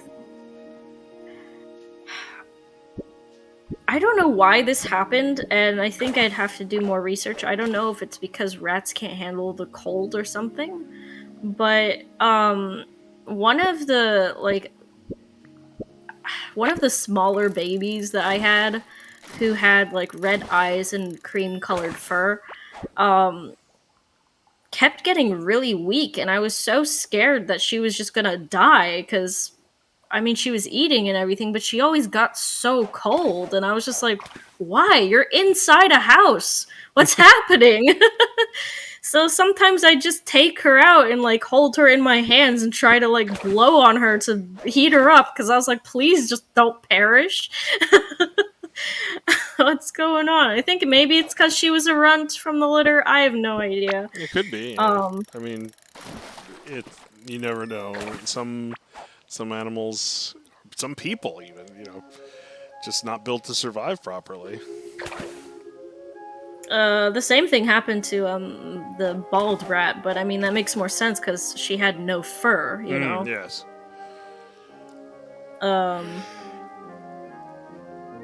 It was really like a shock because I don't know if it got really cold in the night or something in the living room. I have no idea, but I woke up and she was just like laying still, not moving. She wasn't dead, but she was not doing good, so I immediately took her out and just started to like rub her between my hands as much as possible because I was like, please don't perish. Oh my god, what's happening? It just didn't make any sense to me. I put towels inside the cage. I put places that were like with cloth for them to hide in. So I was just like, why are you so cold? It's not that cold in the house. What's happening? I don't know if she was sick or something. I really have no clue what happened there. Or if she just couldn't, like, get body heat for some reason. But rats also cuddle each other. So I have no idea what happened. It was really weird. They do? They cuddle each other? Yeah, a lot of times when I'd wake up in the morning and come check on them, they were just all in one place, huddled together. Aww. Yeah, there's still a lot of things I'd have to learn about these kinds of animals before, adopting them again, essentially. Oh, they're very cuddly and cute creatures. I don't know why people hate them so much. I guess it's because of the tails, but Yeah, it's the stigma. Like, it's the same reason why people hate some of the other potentially good pets, and I guess romanticize others. Like, I've heard good things about raccoons being decent pets, but there's the stigma that most raccoons carry rabies or something like that. I've heard different stories about if they're good or not, but then there's people that keep like hedgehogs as pets. Hedgehogs are like filthy animals. They do some really disgusting things, but people love them as pets. yeah, exactly.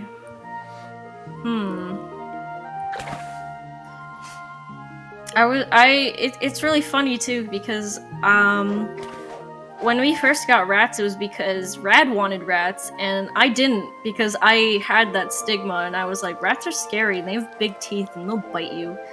They didn't. I haven't been bitten by a rat once. Not once, so...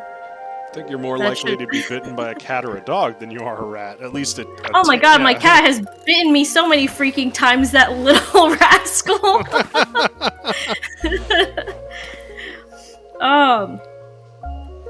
He's a nasty boy.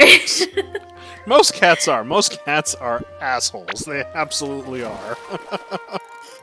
Sometimes he's like really cuddly and he wants to cuddle up on you and, wants you to hold him like a baby, but sometimes he gets moody and then he's like, well, I'm gonna bite your ankle. So... Our cat likes to reveal his what I call murder mittens.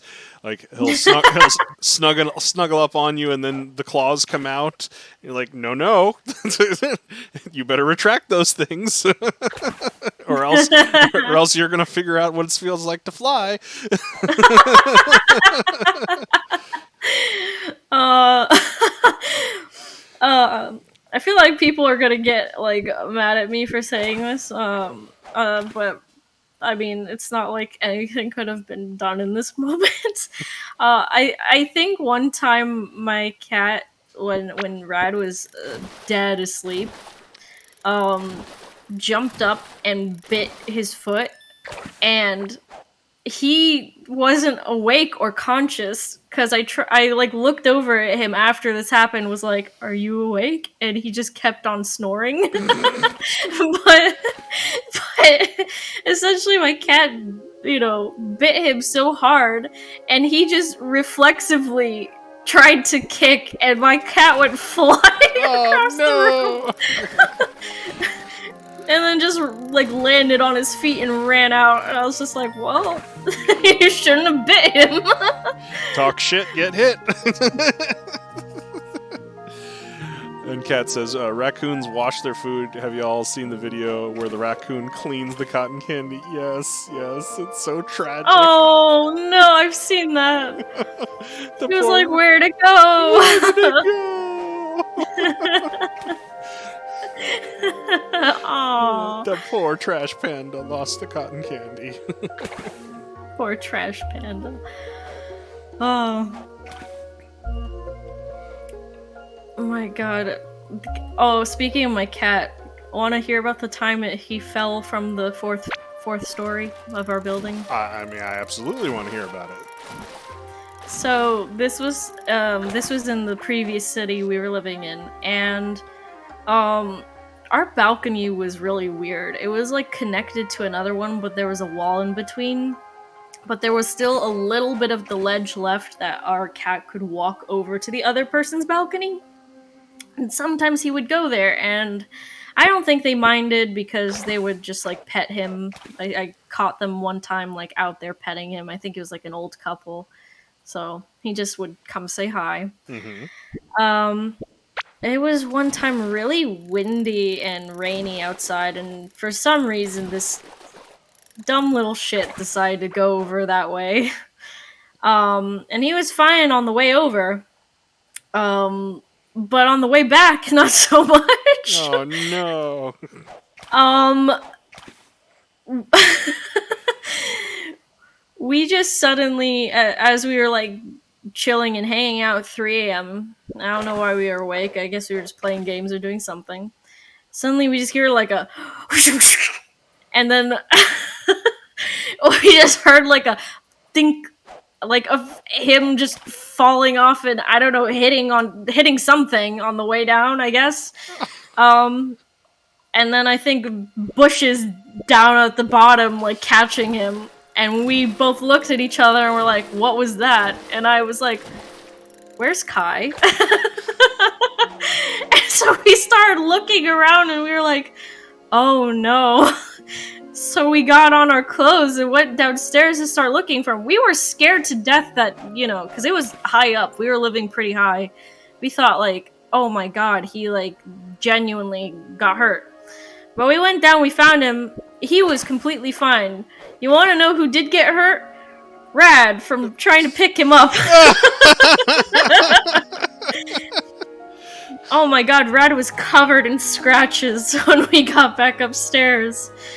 Oh, that was horrible, because, Kai was just so freaked out from falling from that height and, landing in a new area he didn't know where he was. That when Rad picked him up, he just went full feral, so... It's fun funny. times. Yeah, it's funny how that happens. Very similar story growing up. Our cat liked to climb on top of the shed we had outside, and then we had a porch that had a roof on it. There was a ladder on the porch roof because some work was being done, and the cat was trying to climb down the ladder and got caught and was basically hanging from her foot and just screaming and stuck, and like it was awful. My dad went to try to save the cat, and she just latched onto his arm and absolutely tore into it. So yeah, I completely understand when Rad went to pick up the cat. Yeah, the cat just went into I'm about to kill something mode. Yeah, because it's just scared, so, trying to survive, the poor baby. But yeah, so, that was quite an adventure. I mean, we just kind of laugh about it now to, cope with the trauma, I guess. But, holy crap, we were really scared in that moment. We thought, like, oh my god, he's not gonna be okay, but he was completely fine. No broken bones, no nothing. He was fine. Oh. It's Rad who wasn't fine. So, we blocked off that area in the balcony after that because we just didn't trust him now. It was so weird because Rad had him for a long while and that never happened. So That is weird. you wonder why this time he fell. Guys, I don't think I think the points are broken right now. So I don't think that's actually working. So save your points. Save your points. Save them. Unfortunately, I'll have them working for tomorrow, though. Heck yeah. Is the beard actually working? Or the rub? Beard rub?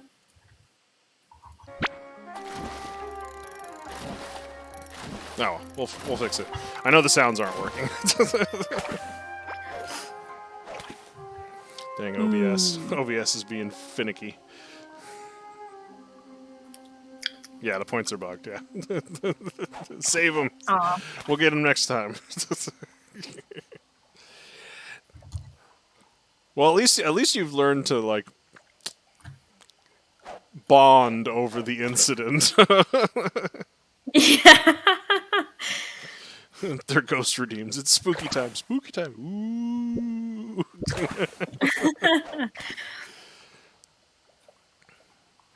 Yeah, I'm not sure what disabled but I'll figure it out.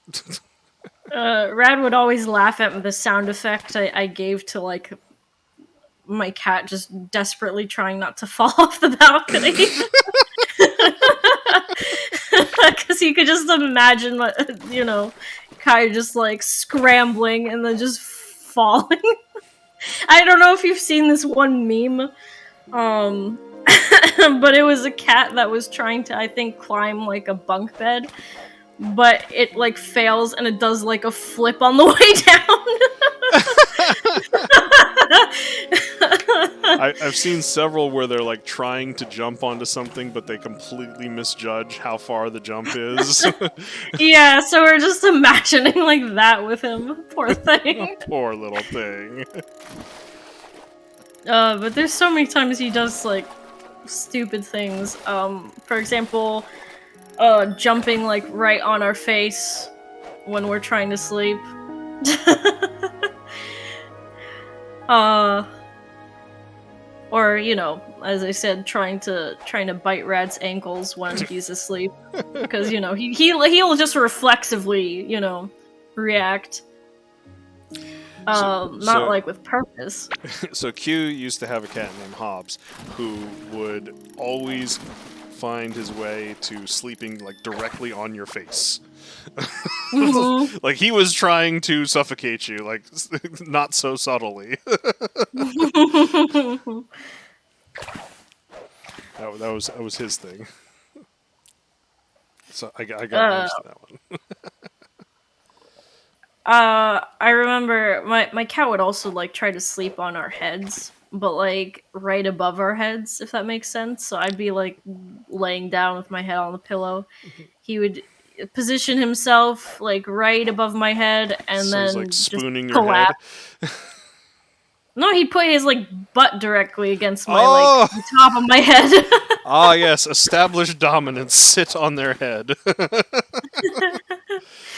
I would just suddenly feel this furry thing just collapse on me on the tip of my head. I'd be like, oh, there he is.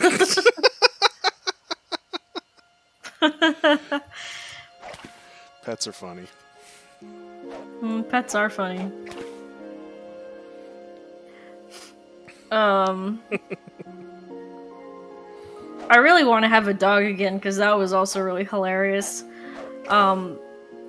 He was such a rascal, this dog. What kind of dog did you have? He was like a mix, so I'm honestly not 100% sure. He was considered like a mutt because he was just a mix of so many different kinds of dogs, I guess. Mm-hmm. Not like a purebred dog. And they told us he was gonna be like medium-sized, but he ended up being huge. Which is why, after like a year of having him, we had to like give him to a different family because it was just too much to handle, essentially, for our like first time owning a dog. I wish they would have just told us the truth, because I was not expecting him to get that big. Especially when we got him as a puppy, he was so freaking small he could just fit in my hands. And next thing I knew, when I held him up by his paws, he was my height. That's a pretty big dog, yeah.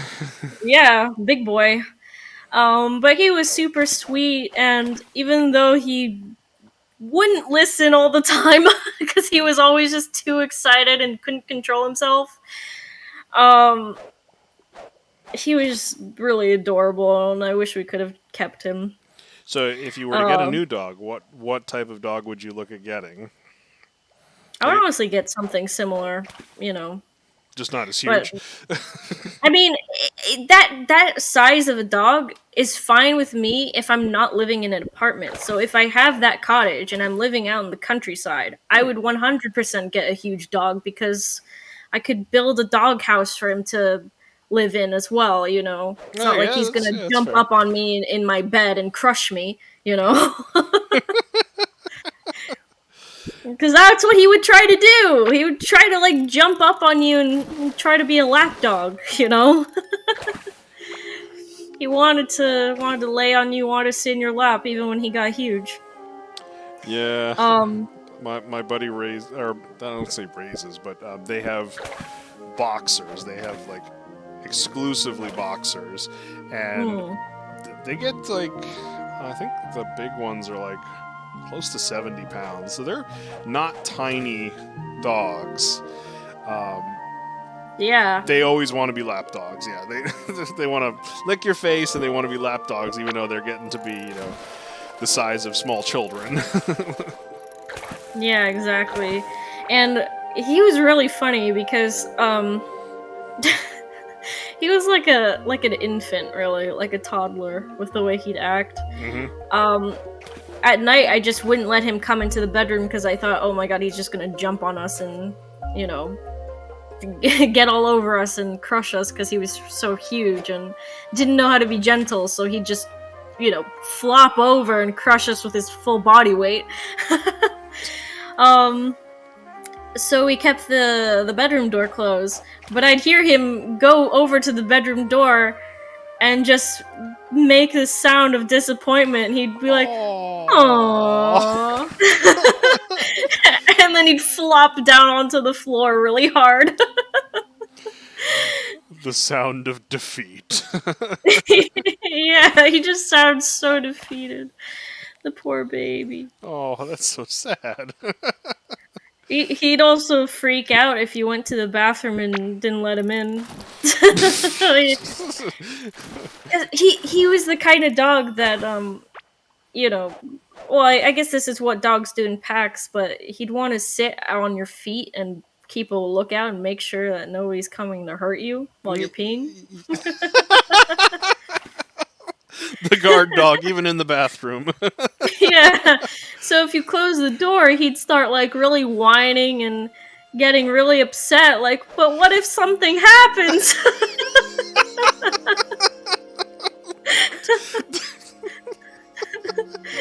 I gotta keep you safe. You could fall in, and then who's gonna let people know?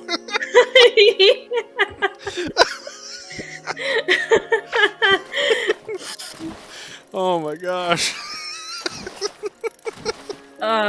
It maybe would have been easier to keep some of my old pets if it wasn't for the fact that Rad's mom had to come and live with us for a while, and she's just not really a fan of pets and stuff like that. So it got hard. Yeah. So yeah, in the end, we were just like, okay, well, it's time to give up the babies because she's gonna be here for a while. So, and Yeah.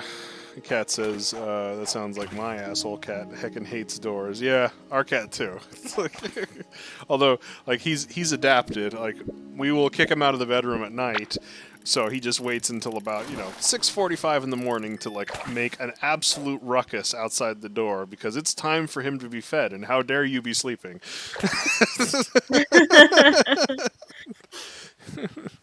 You will eventually get tired of me making noise. I mean, they know, they're smart. They do know. My cat is another one who wants to be with you in the bathroom, especially when you're sitting down, because he knows he has a captive audience. He's like, oh, while you're sitting down, why don't you, pet me? Yeah. We're on my terms now. So I feel like someday, you know, if I ever get that little cozy cottage, which actually is looking a lot more plausible now that Rad got this new job, you know. Yeah, so let's talk about the new job. That sounds exciting. Oh yeah, it is, because it has to do with like criminal justice and stuff. I don't know how much she's going to make just yet. I don't want to say anything because he's just new, and I don't know if they need to go through some trial period or whatnot. But it sounds like he'll be making decent money. So, Well, compared to what you guys were pulling down as teachers, anything is decent money. I don't know, but like it's what they told him at least is that he's going to be making a lot more than what he was making as a teacher, which means that we'd be saving a lot more money each month to hopefully get that little plot of land and make a house someday. Yeah. A little mini house. So, actual mini house or just a small house? Because have you heard of like the mini house, fad that is basically sweeping America right now?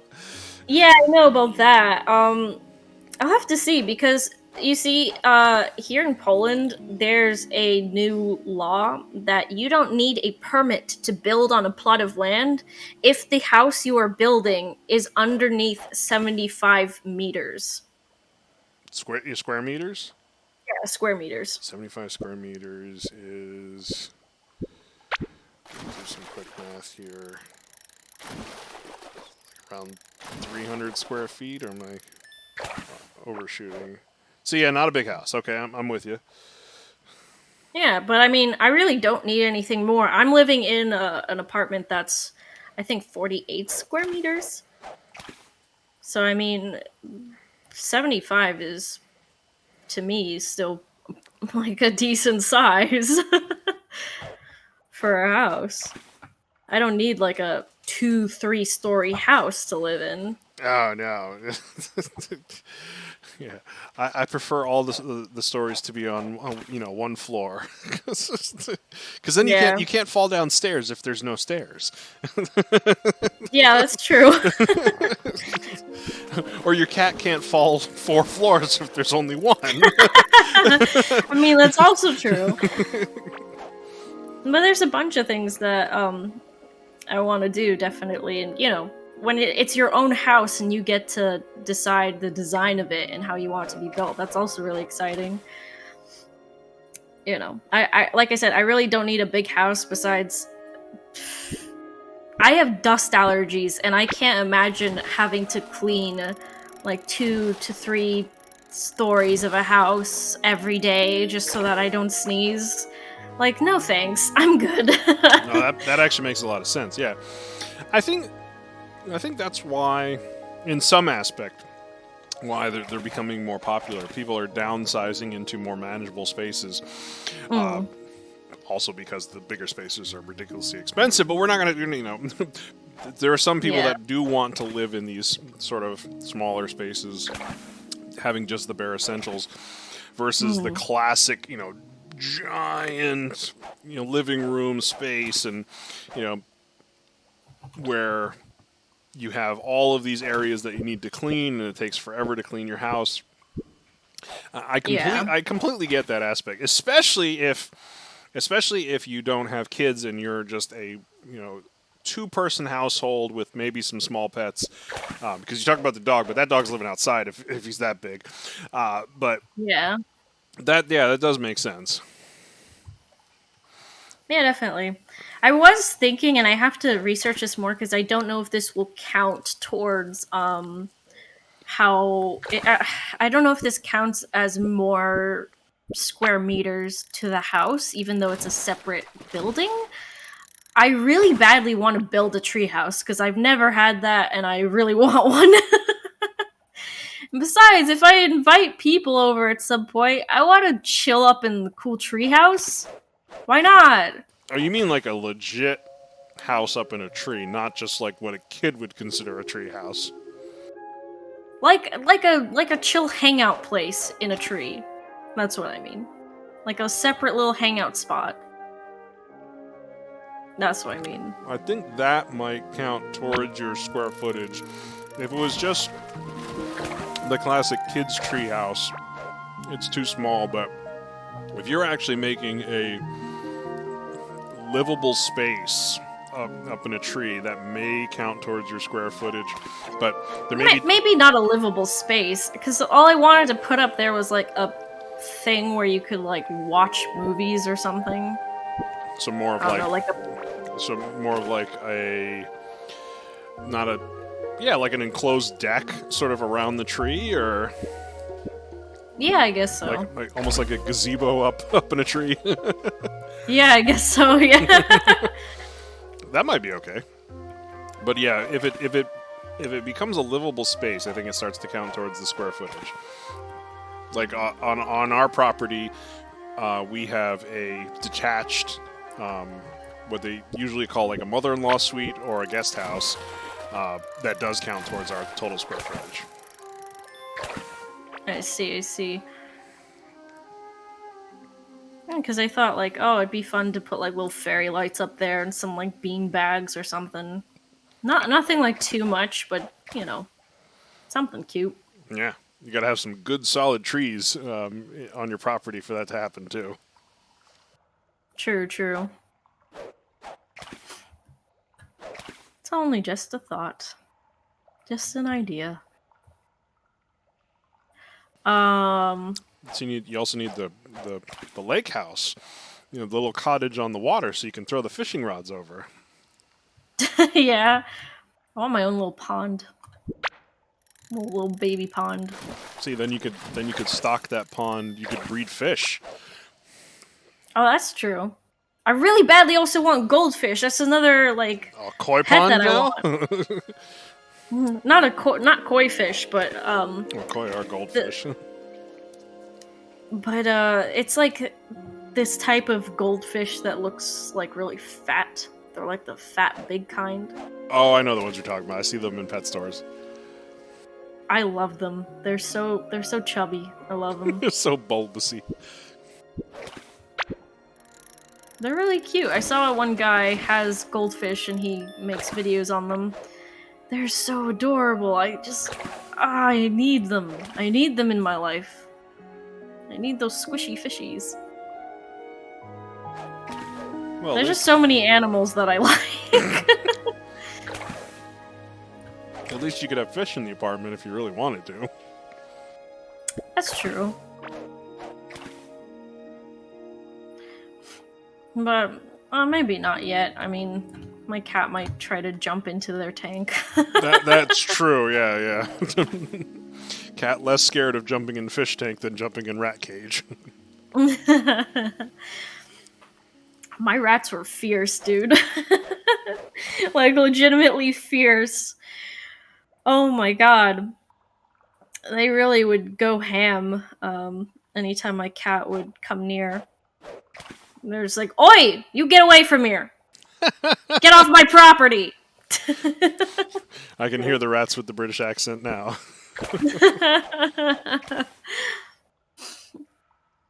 It was always funny. We just, sit on the couch and, like, watch and be like, well, what's the cat doing? And he'd, like, sneak up on them. But as soon as they jumped on the bars and stared at him viciously, he was just like, I'm out. Bye. Nope. Not today. I can't believe my cat is scared of rats. It's not that, it's not that out of the unbelievable spectrum that the cat would get scared of rats. Like, it's all about how they present themselves. Because I've seen, small little house cats chase off much bigger animals, so it makes perfect sense that a smaller animal than a cat could chase off the cat.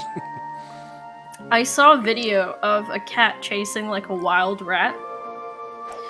But this rat started to, like, squeak really loud and kept jumping up in the air and coming towards the cat until the cat just ran away. It was the most horrific thing I've ever seen. Wow.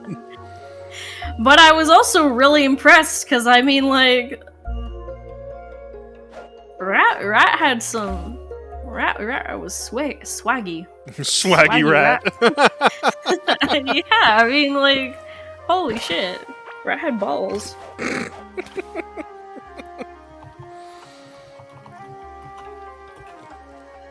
Hold on. I think I can actually find it and send it to you.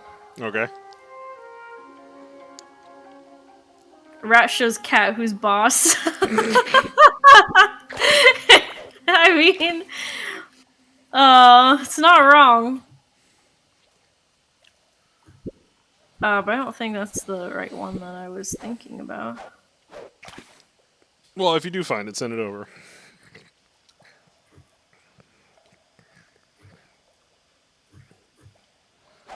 I've seen a video of a cat dragging a rabbit. The rabbit was larger than the cat. Yeah, I believe it.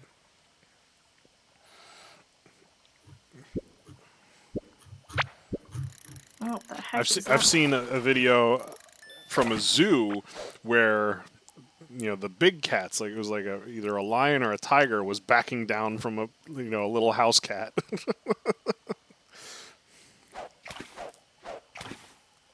Oh my gosh. And I've seen dogs chase off bears before. Oh yeah. Good dog. See, that's why your dog, dog was scared that there'd be bears in the bathroom.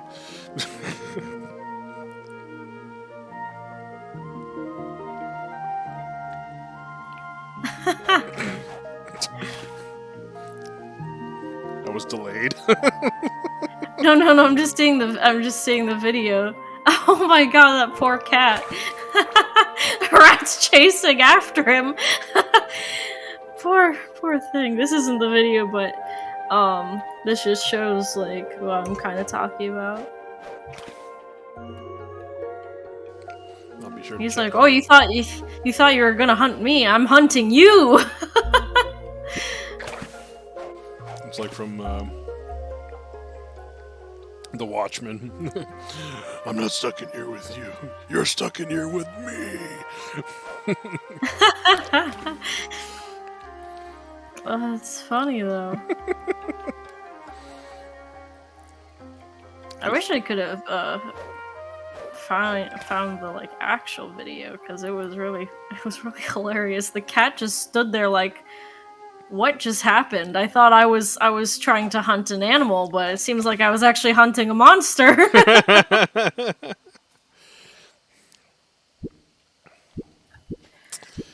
Yeah, you thought you were picking an easy fight. You were wrong. Never underestimate your opponent.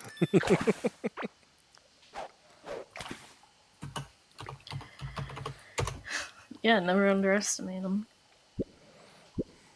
Oh, I can't find it anymore.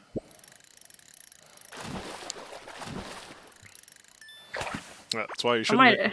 That's why you shouldn't make fun of short people, because you don't know how powerful they might be. Yeah. Oh, I think it was this one. It said cat versus ninja rat. Why is that not like an 8-part series on Nickelodeon or something? There you go. Thanks. You're welcome. Enjoy. I will enjoy. I mean, rats can be scary. See, and now you want to raise like ninja rats that you've trained in the martial arts, right? Yeah. I might do it. I mean... The Littlepupchamp splinter arc. Oh my god. But rats are kind of like dogs. I mean, you can teach them tricks. Did you know that? Oh yeah, I definitely knew that because I've seen some videos where they demonstrate rats in mazes and performing certain tasks. Yeah, they are more intelligent than a lot of people give them credit for. Oh yeah, definitely.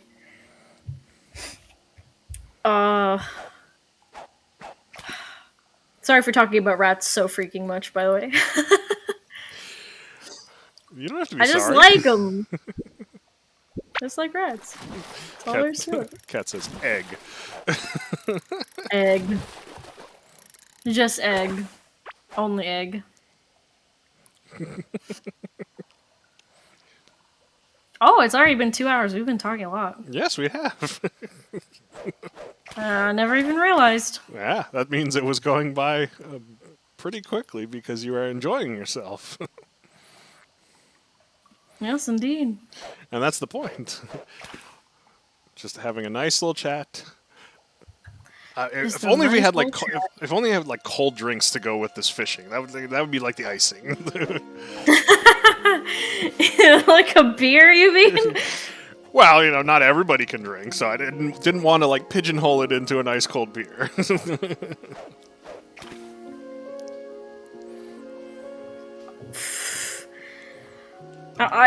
When I tried to search up the rat thing, a whole bunch of weird videos started to pop up. I don't know why this even exists. Oh, your recommended is ruined from now on. Yeah, probably. I just found weirdest things caught on security cameras. Why is this a thing? Why is it not a thing? Yeah, I mean, you know what? You have a point.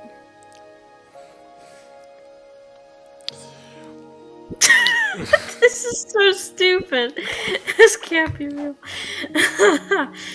Go on. Oh. No, I just saw one of them it's like a showing some person's house, and there's like a husband sitting at like the table, and he's on his phone, and he's really invested in whatever's going on his phone. So much so that when his wife tripped over the chair somehow, he didn't even react. He's just still on his phone. She's like on the floor. He said, "You okay down there?" And she said, "Yeah." He's not even going to help her. What the fuck, dude? Oh, things are weird. Have I ever told you about people watching at boat launches on like major like touristy waterways? No. Oh, okay. So if you can experience this once in your life, I truly recommend you to do this because it doesn't cost you much. It's one of these low-cost, high-reward type of activities. So in Poland, I don't know if this is a thing, but in the United States, we have a lot of lakes, and people like to take boats out on lakes. So in certain parts around the lake, there will be town-run launch points where you can actually launch and then bring your boat in and put it back on the trailer and take it away. If you have something similar in your area, it behooves you to just grab a lawn chair, or if they have picnic benches or something like that, and just sit and wait when you know it's like high boating season, because it'll totally be worth your time based on how much money you're putting into this, which is practically none unless you bring, a beer and snacks. But it can be some of the most enjoyable experience or shocking experience of your life, because you can sit there and watch marriages end. And I'm not even kidding about that, because if you want to see if your relationship will stand the test of time, try to launch or bring a boat back in onto the trailer with your spouse and see if that relationship lasts, because the amount of yelling and arguing, it can be quite fantastic for a spectator. This one time when we were watching, it was like an episode of Jerry Springer. I'm not even kidding. The family comes in, and they have this daughter who is, I'm going to say, between 14 and 16. She is pitching a fit. Mom is yelling at the daughter to, get out of the boat, grab the things, get in the truck, because they're trying to load up the boat and leave. Because this particular boat launch has this very small parking area where if like more than two people are in a line, it backs up and makes it very difficult for everyone else to move their vehicles, let alone the people who are trying to get their boats out. And it sits next to a major road, so it can back up traffic as well. So a lot of high stress already based on locality. So that brews a nice little melting pot of disaster that we could actually have here. So the mom is yelling at the daughter, get out of the boat, get your stuff, get in the truck. And the daughter is yelling back, but my stuff is still in the boat. I have to get my stuff. It's like, just get in the truck. We'll get it later. But my stuff is in the... And back and forth, to the point where finally they're like yelling at each other face to face. And the daughter says something that the mom doesn't like and hops in the vehicle in the back seat. The mom wasn't having any of this, so she rips open the door, hauls off, and slaps the daughter right in the face so hard that she almost falls out of the SUV, and then slams the door, and they drive off, and you can hear them yelling as they're driving down the road. Oh my god. Oh, I did. I was just reminded the daughter did slap back. But that was God. so we had Jerry Springer on display a little bit later, though. The ultimate depiction of Chad arrived. He was driving a Jeep with a boat on the back by himself, and he swings it into position in one fluid motion, backs it up into the water, hops into the boat, detaches it, turns over the motor, drives it around, starts swinging the rope in the air like he's a cowboy, ropes the dock, pulls the boat in and ties it off and drives away. As if it was the easiest thing to do in the world. But then he comes back like 10 minutes later and he's materialized a family next to him. So he has a wife and 2 kids. He had so much Chadness that a family appeared next to him and they hop on the boat and leave. Oh my god. And we're like looking at each other going, this is free? That's fucking amazing. Oh my god. And apparently there are YouTube channels dedicated to people watching at boat launches. So it is a thing that people do. Your security camera thing got me thinking about it because you can see funny things on security cameras, but like people set up cameras at boat launches specifically for these type of events because there are way more Jerry Springer instances than there are the Chadliness of Chads. Because, man, I don't know what it is about loading a boat onto a trailer and pulling it out that sparks some of the most insane arguments. But if there are like cracks in your relationship, like having a boat might be the death knell, absolutely. or if your relationship can survive launching or loading a boat, you will be good to go for a long time. Oh yeah. Oh my god. Whew. I have one last video to send you. It's only a few seconds long. If you could please just live react to this. It's because then I have a question for you after you see it. Alrighty. 16 seconds long. 16 seconds long.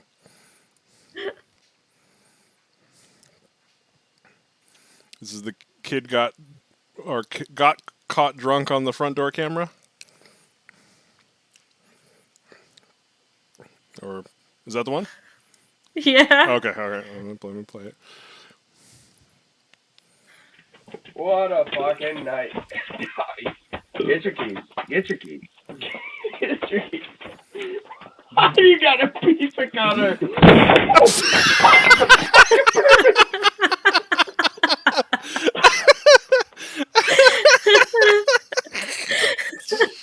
What the? I thought you might like it. So for everybody else, because I don't know if playing this video will get me in trouble, 3 drunk guys stumble home, and they're holding the middle guy, who apparently is the owner of the house. They tell him to get his keys, and he pulls out a pizza cutter from his pocket, and one of the friends is laughing so hard that he just absolutely face plants against the wall, and the other 2 are just left looking at him.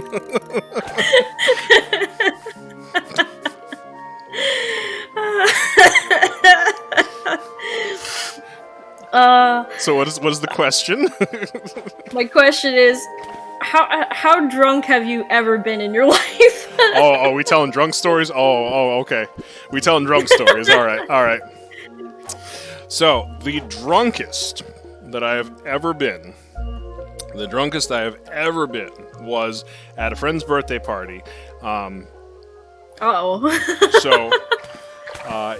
it was the day before the Super Bowl, which means stuff to people in America, may not mean stuff to people outside of America. We go over to her house, and her drink of choice was rum and Diet Coke. So we thought we'd be a little cheeky and get her a bottle of 151. This would turn out to be a very big mistake for us. Oh, God.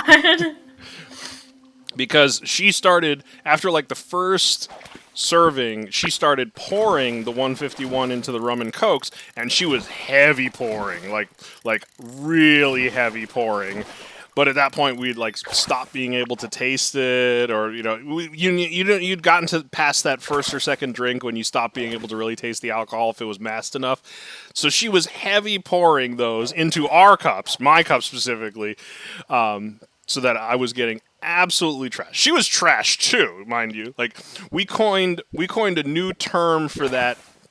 That evening, instead of fall down drunk, which a lot of people are familiar with fall down drunk, we coined the term closet drunk, which literally meant you went to the closet to get something, but ended up falling into the closet and couldn't get out without help.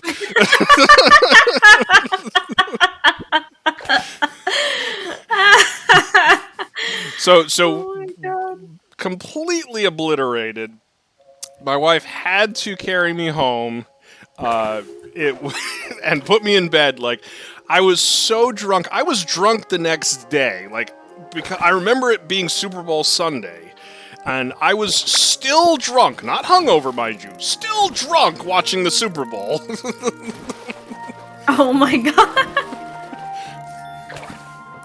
That was the drunkest I have ever been. Like, where I stayed drunk for like 2 days, a day and a half, essentially.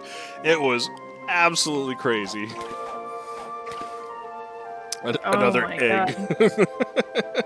Egg. So how about you? What is your most drunk story? Apparently, I can't control my volume when I'm drunk. Interesting. Because how I is that remember I related? was, I think I was at somebody's house, and they had poured me a really, like, big shot, and I thought, like, it looked like a shot glass, so I drank the whole thing in one go, and I hadn't had anything to eat before, which was a really stupid decision on my part. And they looked at me, and they were like, you weren't supposed to drink that all in one go. You're supposed to sip that, and I was like, oh, well, I guess too late now. But apparently when I started to really feel it, I was like, I feel it now, Mr. Krabs. They kept shushing me because they were like, boy, you are speaking so loud, like we can hear you. I was just like laughing my ass off and just talking about things really fucking loud. And I think we went to watch Rick and Morty. I don't remember anything from Rick and Morty, but I was laughing about it, but I don't remember it. But yeah, I don't really remember much from that time because it was a little while ago, but I just remember that they kept being like, quiet, why are you talking so loud? We're right next to you. So I'm trying to... I was like, oh, sorry, I don't know how loud I'm talking. So I'm trying to remember, because you've done some drunk streaming in the past. I'm trying to remember if you got really loud or not. I can't remember. I don't think so, because I never got like really drunk, where I like can't control my volume. But I definitely was feeling it. It sounds fantastic.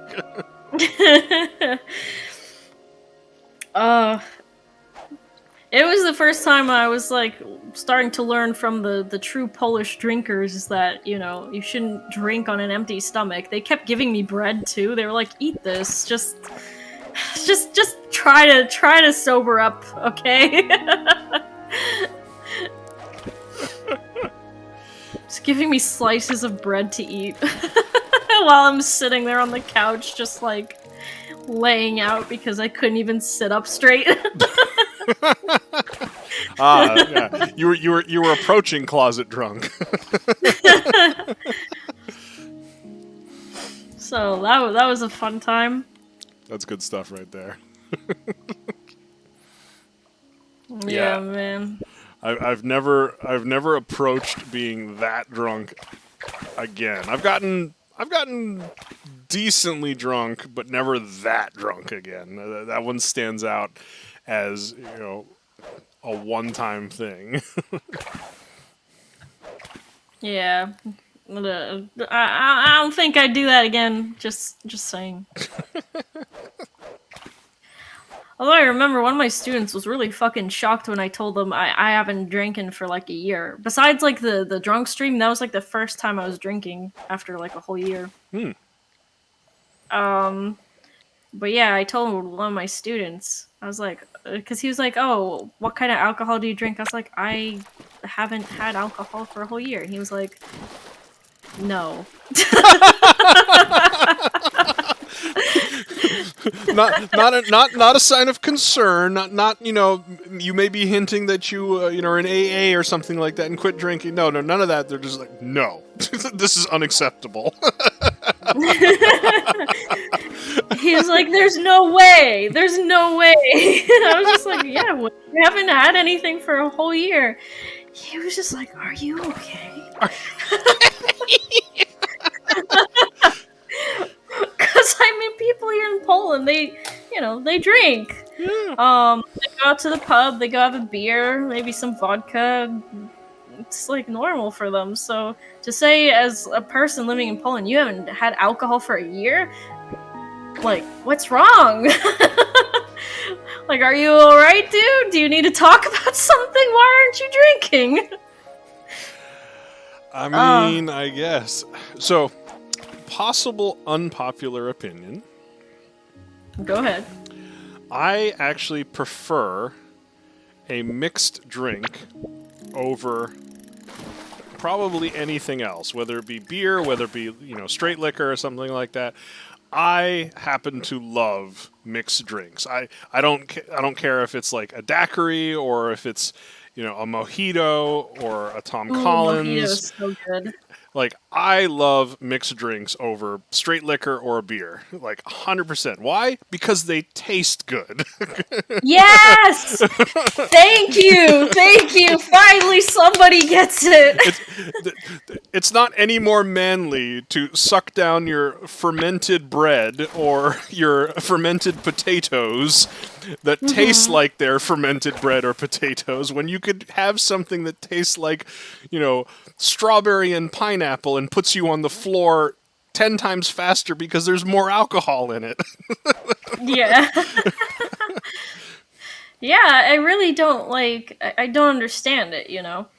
I remember this is another, I guess it's not exactly a drunk story, but I was out with my grandma, and my grandma knows I like mojitos, and, you know, if we go out to eat somewhere and I see it on the menu, I'm just like, I want that. Yeah. But it's never, like, done anything to me. I just like the taste. But this particular restaurant put so much fucking vodka in it, and I couldn't taste it. I just tasted, like, sweet lime juice. So I drank, like, half of it, and then I was like, Grandma, I think I should stop. And she was like, okay, honey, just be careful. So, yeah, Q makes a monster mojito when she has time to prep, because she'll make a simple mint syrup, so it actually is like more concentrated and tastes better. It's fantastic. But our current favorite drink, and this is kind of odd, a lot of people aren't familiar with this one. Our current favorite drink that we like to have during summertime, because it's really thirst quenching when it's hot out, is called a cucumber Collins. It's a variation of a Tom Collins made with cucumbers instead of oranges. Oh. It is delicious, and it's made with gin as opposed to vodka. It is so smooth and so delicious. Oh my gosh, wholesale recommend. We can get you the recipe if you want it. But fuck you yeah. literally muddle cucumber. Like there is actual cucumber juice in the actual drink. Ooh, that sounds really tasty. It is. It's refreshing. It's tasty, and if you get good gin, it'll mess you up. Oh my gosh. And these are the drinks that I absolutely love. Like, but I think my go-to if I am going to get smashed. Like mojito is great. Mojito is great to sip on, especially when it's hot out. But if I'm going to like go for smash ground, it is going to be a Long Island iced tea. Ooh. Are you familiar with this drink? Not exactly, but I've heard of it. I've never had it. It's like 4 different types of alcohol plus a mixture thrown into a glass, and then a splash of Coke for color. But for some reason, it actually kind of tastes like iced tea. But then you realize this is like a 16-ounce glass of alcohol. Oh my gosh, that sounds amazing. Yeah. But I always felt like because people always make fun of me for always having mixed drinks. They were like, oh, that's such a girly thing to do. Yeah, it tastes good, and I'm getting messed up faster than you are because you want to drink your 4% beer, and I've got 80% alcohol in this thing.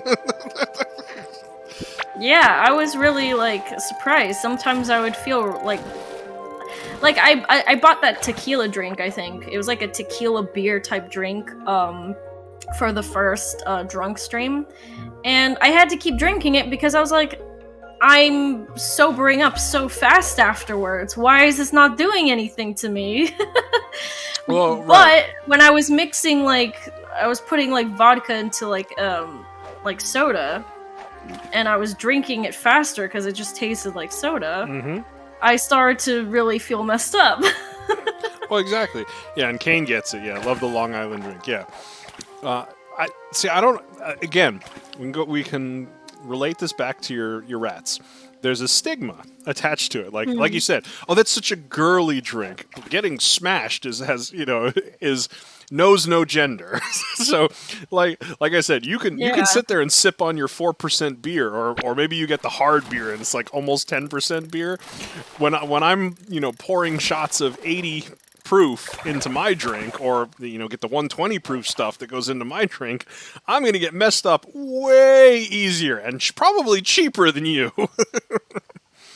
Yeah, definitely. I'm trying to think. I like mojitos. I liked this drink, but I don't know what it's made of. I just know that in this one place it was called the Blue Lagoon. Okay. I don't know if it's called the same thing everywhere, but I really liked it. Yeah, some names are regional, but it helps to describe what's actually in it. Like, there's a drink that's from the New England region, which is called a dark and stormy, which can mean different things, especially if you're in England or something like that. But from our region, it means it has ginger ale plus some other type of alcohol in it, almost like it's trying to make like a Moscow Mule or something like that. It's just slightly different. But then, yeah, saying Moscow Mule has different connotations depending on what region of the world you're in. Oh, yeah. And yes, I do believe that a mule-based drink needs to be drunk in a copper cup. Anything else is, just uncivilized. Yeah, exactly.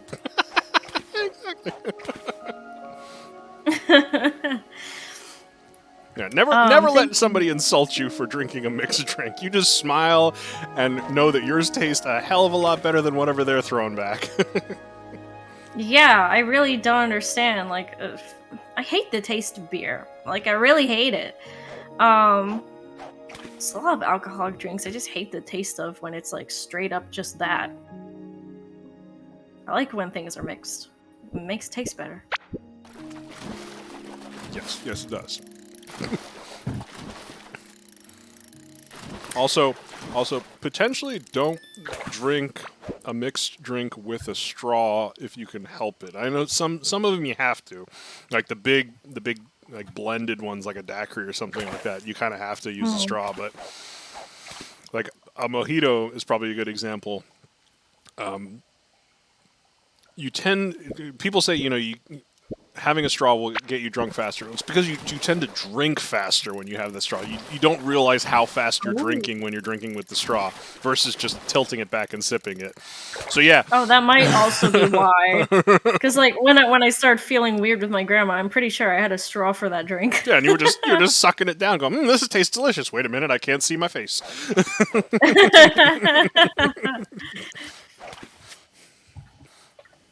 Oh man. There's some other drink which I really liked, but it was super duper sweet. Like maybe a little bit too much. I forget what it's called. Was it like fruit based? Was it blended? It was like vanilla flavored. Vanilla. I don't remember what it was called. I know if I went to the store and I tried to find it, I'm sure I'd recognize the bottle. But I can't remember the name for the life of me. Fair enough. It's fine. How many fish do you have? How many fish do I have? Oh, jeez. A lot.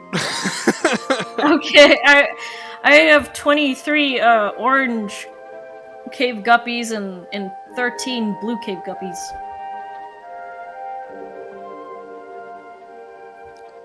You can throw them in the pot if you want. Oh, true. Could do that. Cook them fish. Cook them fish?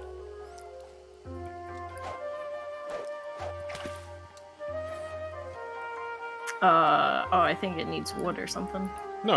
You just need to put one guppy on one side and one on the other. Ah, okay. There you go. Now it's cooking. Aha! I figured it out.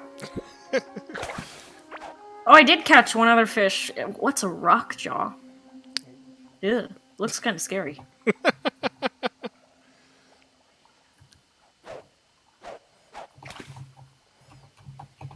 I'll put the food in here because I accidentally took all of it out. Oh, you can keep it. I have so much food. I do too. I have too much. Too much food.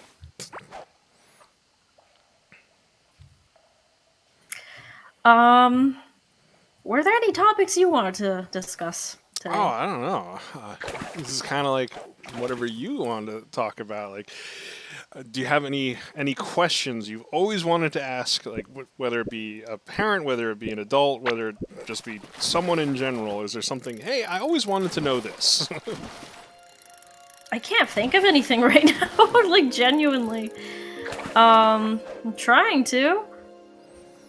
I can't figure it out. How do you survive? Just how do you live?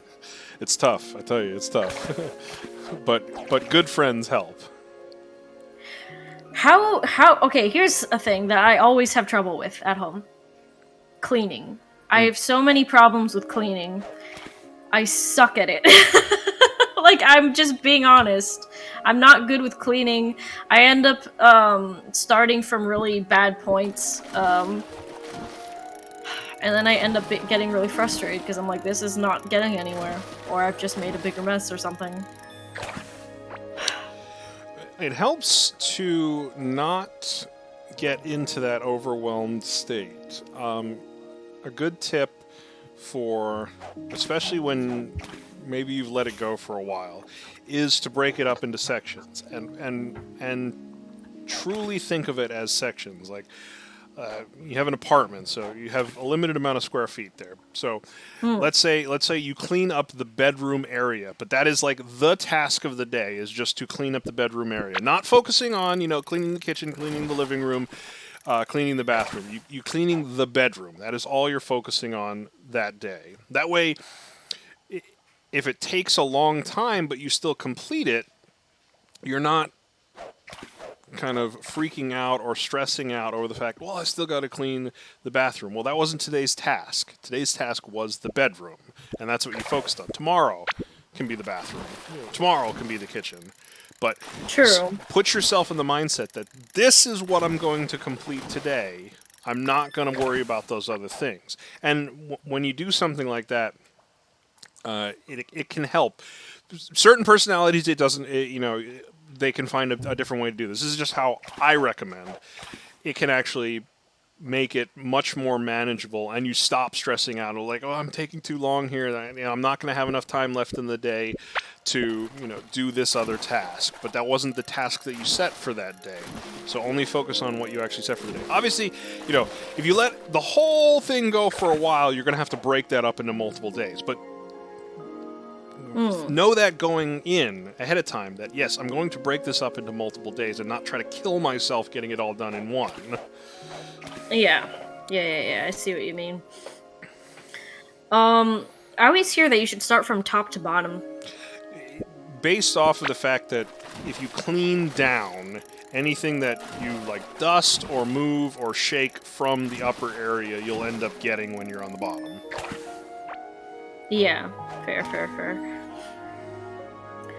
Huh. Sometimes it just feels really frustrating how quickly things get dirty.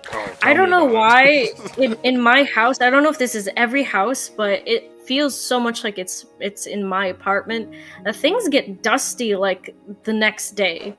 I'll clean something and then I'll look and there's already a layer of dust and I'm like, why is there so much fucking dust here? Am I missing something? No, you're not. Oh yeah, and Q says, and hoard, and don't hoard, purge everything. And Kane says, in a fire. Yeah, fire cool too. You're not wrong, and it especially becomes more and more evident the more people or beings living in the environment, because dust is 80 or something % skin flakes. So the more people the more people you actually have, or more living things that have skin that can slough off living in an environment, the faster the dust will accumulate. So yeah, you're not crazy, especially when you start living with people. If you live alone, you'll notice it doesn't accumulate as much, but when more and more people enter the environment, it obviously accumulates faster because there's more skin. But yeah, that's the big cause of most of the dust. It's not, obviously if you live in an apartment and you're not on the top floor, somebody walking on your ceiling could shake stuff loose from the actual masonry or carpentry of the actual building. That can cause dust on its own, but for the most part, most dust is skin. Ow. Ooh. It makes it that much more gross, right? Oh yeah, definitely. Oh. I've definitely gotten better at cleaning, just from practice and learning, but there's definitely a lot of things I still have trouble with. I'll figure it out as I go still. I'm trying to think if there's any other questions I have. I mean, sometimes it helps to get yourself into a routine. Literally every morning, I have this set routine that I do. I wake up and I feed the cat, because the cat has been making noise for at least 15 minutes, so the cat must be fed. So the cat will lead me out to the kitchen where the cat dishes, and I'll feed the cat, and then I'll do the dishes, whatever dishes have accumulated from last night, and run the dishwasher. But that is a morning routine and takes care of making sure the sink or the stovetop is clean when my wife gets out there and actually has to start cooking breakfast or something like that. She doesn't have to worry about there being a sink load of dirty dishes. Actually, I have to do the clean the dishes the day before. I can't do it in the morning because of the fact we don't have a dishwasher. I clean everything by hand. Well, yeah, your mileage may vary, and sometimes this is long after dinner, and they've come down from the little roommates that we have in our house, known as children. We'll put them in the sink overnight. And Lord Icy says, check, why is your beard so fabulous? Why is my beard so fabulous? Because it is. It is a very fabulous beard. Chicks dig the beard. Oh yeah, but I I try. I mean, it doesn't always happen because sometimes, like we are staying up and Rad wants something late at night, and so I make food, and then I'm just like so tired. I'm just like, I'm going to bed. I'll do it tomorrow, but then you wake up in the morning, now you have to clean dishes plus make breakfast. It's like, oh, fun times. Fun times. Adulting. I wish I could have a beard that fabulous. What's stopping you? Through the power of Maybe positive he can't. thinking.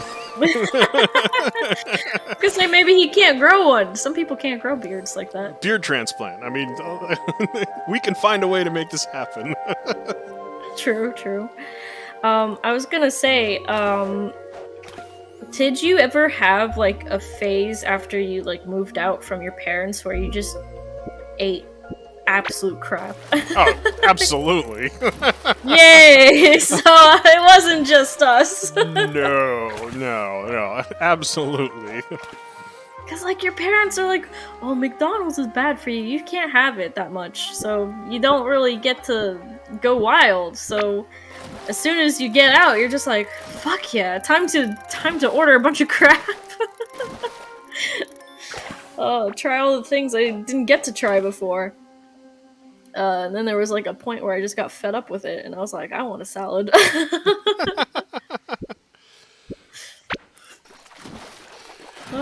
No, yeah, definitely. Because when I first left the house, I went to college. I started college. Obviously didn't graduate college because I joined the military right after 9/11. So we were forced to eat like a good stuff again, or like healthier things when we were in like basic training and stuff like that. But once we got to the fleet, man, we started eating pretty crappy once again. We're like, well, we'll just run it off. But yeah, don't feel bad about that. I think everyone does that. But I think, I don't know if it was Sofa or it was Kane, or somebody was talking about in the chat where, you know, eating healthy or eating appropriately needs to be one of those things where it should be taught in like a school environment or something like that, because very few households seem to actually try to instill that in their kids. Yeah. Or at least instill it in a proper way where they're receptive to it. Because if they like force you to eat the salad but don't like, you know, listen to you about how to make that probably more palatable for yourself or something like you know, force feeding you because it's good because I said so, you're going to be less inclined to keep doing that. Oh yeah, that's I think that's pretty much what happened to me. My grandma, like, I love her, okay? I love her very dearly, but when she made salads, she would absolutely drown the salads with lemon. Like, just lemon juice. And I was like, this salad is so sour and bitter, and I hate it. It just made me not want to eat it. Like, a little tiny bit of lemon is okay, but you don't need to, like, fucking pour it on. Makes you want to, like, tip the bowl into a glass, add some water and sugar, and drink it instead. Yeah. Yeah, exactly. It was just, oh. And she would also add a lot of things that I just didn't like at the time. Like, avocados made me gag. Like, I love avocados now, but at the time, I couldn't stand the texture of them. It wasn't even the taste, it was just the texture. It made me feel like I wanted to gag. So, yeah, that's not uncommon. That's not uncommon because even in this house, there are foods that, if served in probably what we could consider their raw state, the texture is unbearable for some of the people that live here. But if you transform it into something else, suddenly it's delicious. Yeah, like I like guacamole. Thing. Yeah, exactly. Yeah, the texture of guacamole much more palatable than just eating an avocado slice. Great example. Yeah, so there was things like that. But yeah, I really like salad now, but I made my own salad and I was like, man, this is so much better. Sorry, Grandma, I love you, but I really didn't like your salads. So thanks to some really good friends, they showed us this basically different take on a salad that we have absolutely adopted and loved, because when most people think salad, unless they're thinking like taco salad, they're thinking, heavy, rich on the greens, and then you're putting something else in plus a dressing. That's, standard salad fare. This sort of like deconstructed Greek salad recipe that our friends gave us doesn't use any leafy greens. The only green in the actual salad is diced up cucumber. And you cook off some chicken, you add hummus, you add diced cucumbers, diced onions, diced tomatoes, and then if you like olives and feta cheese, you add this to it with a dressing. And it's just absolutely delicious. It can be considered a salad, but it's not what somebody actually would think when they think salad, because it doesn't have the leafy greens. I see. I usually like my salads with a lot of feta cheese, and tomato and olives and things like that. And chicken. Chicken's really good in salad. Oh, yeah, and Q shared that recipe with you, so you actually have that one. Yeah, I do. Thank you, Q, for giving me the recipe. I'm going to try it sometime. It's really good. Oh, man. But yeah, I mean, there's a lot of, like, ways to just make your food real good. I don't know why parents gotta make it gross. Well, yeah, so you have a good question there. Why do parents make it gross? Well, and because their parents teach them that way. Yeah.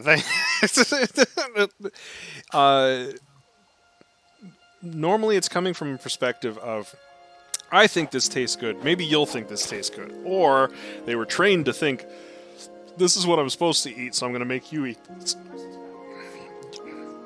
Right. A great example of this in our house is Q had never had Brussels sprouts that she actually liked, because her mom hated them, and her mom would always boil them because she never knew how to cook them any differently.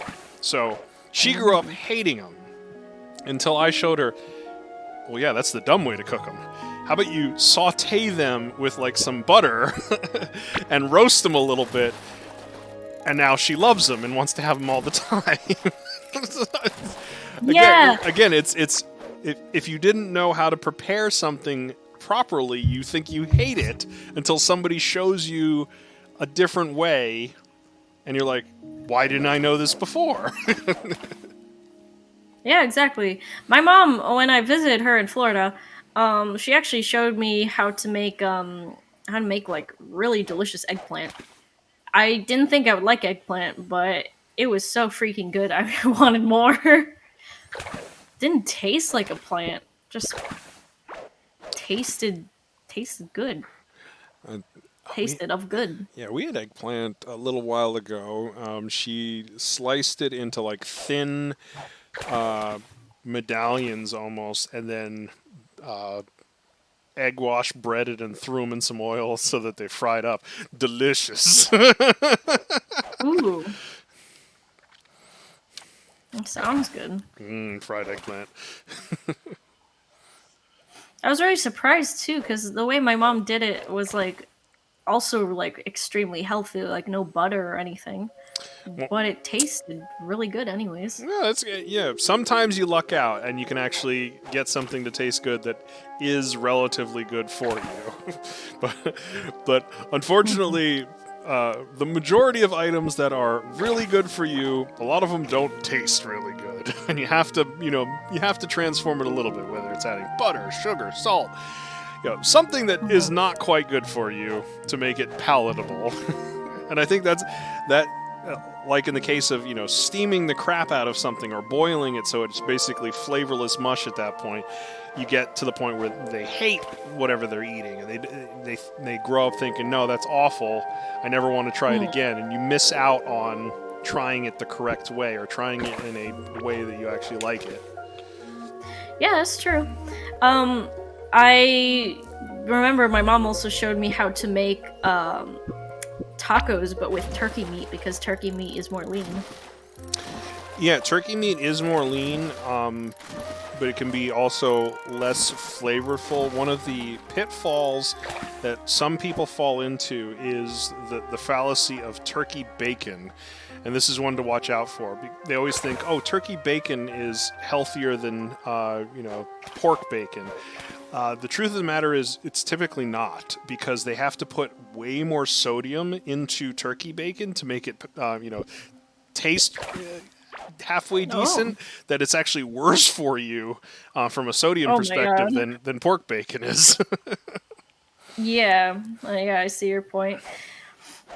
But turkey tacos actually go pretty well if you use like taco mix. Oh yeah, if you got good seasonings and a sauce, yeah. I mean, I didn't taste the difference. I was like, this is just taco meat. I don't taste any difference in it. Really. Cat says long egg. Long egg. This is making me hungry. Yeah. Legitimately. I could talk food a long time. Like I have gotten to experience a lot of nice foods. I've been to some pretty decent upscale restaurants, not like amazing restaurants. That like I would love to be able to cross off the bucket list going to like, a 3-star Michelin restaurant at some point in my life. But I've been to some, pretty upscale restaurants where, several hundred or several $1,000s worth of bill. Not paid by me, mind you, but so I've gotten to experience. Bacon is pork. Don't ruin bacon with other meat. Fair. I found a new appreciation for food after my grandma took me for my birthday, my 18th birthday. So this was a few years ago. To this really, really fancy restaurant. I think in English it would be called the Three Fishes. Okay. I think. And I was so fucking nervous going into this place because, they have like several different like forks and knives and weird shaped spoons. I was like, what's this fucking knife for? What do I use it for? Help me, Grandma! What's going on? Yeah, which one's the salad fork? Yeah. I was just like, oh my god, what's gonna happen? I tried some interesting dishes in that place. Like what? Like what would you consider interesting? I had pigeon. Okay, yeah, squab, yeah. I mean, I had to actually switch though with my grandma's dish because she kind of ruined it for me. You see, in the city we were living in the main square, there's always a lot of pigeons, and we always saw this one pigeon that had little stub feet, but he was so fucking fierce all the time. He'd constantly fight other pigeons for food. It was just amazing to watch because, he had little chopstick feet. Chopstick feet. So we named him Chopstick. But when we went to this restaurant and I had pigeon, she was like, "Aw, Chopstick." And I was like, you know what? I'm not eating no more.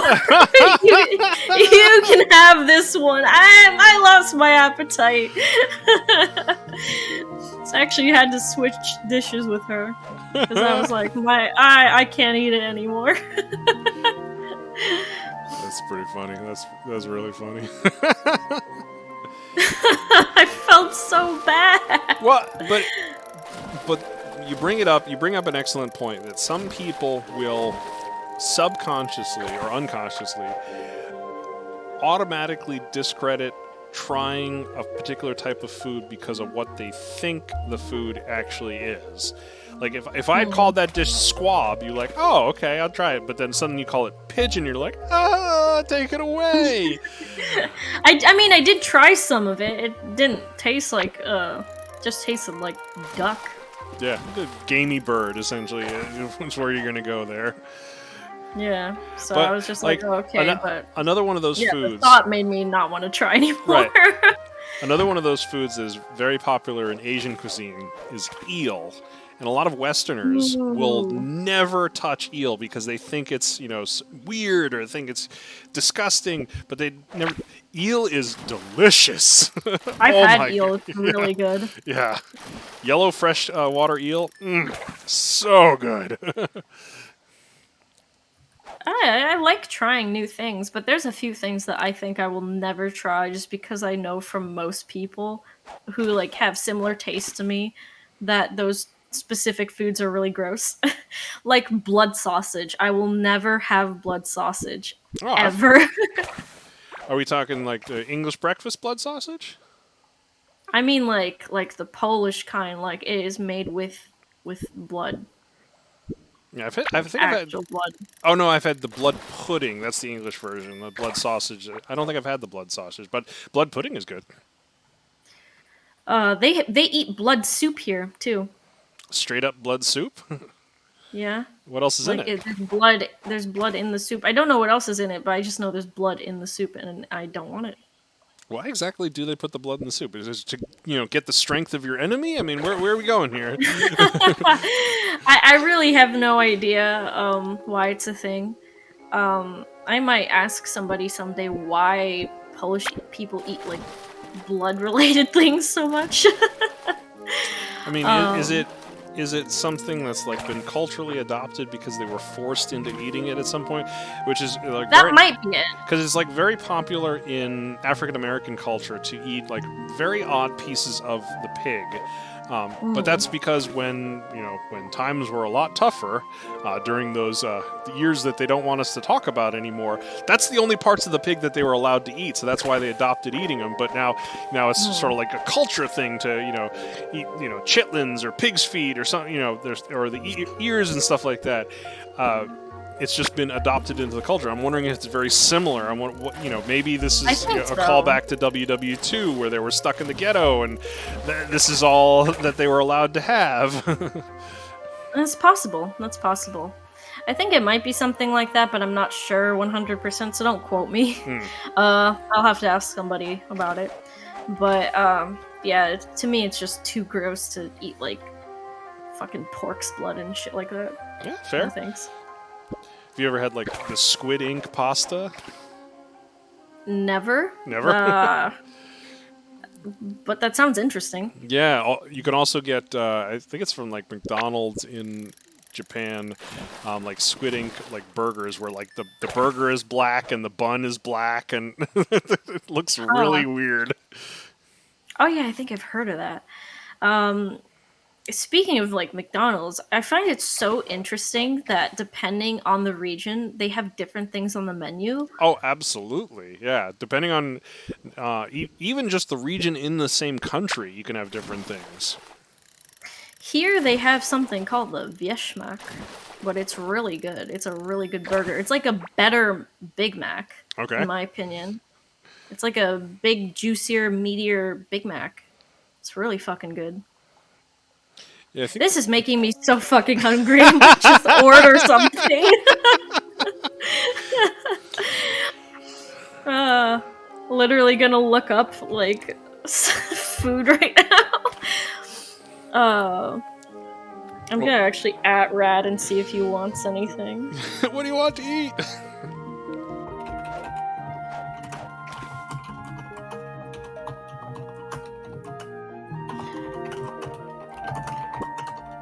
Sorry if you hear me typing. It's okay.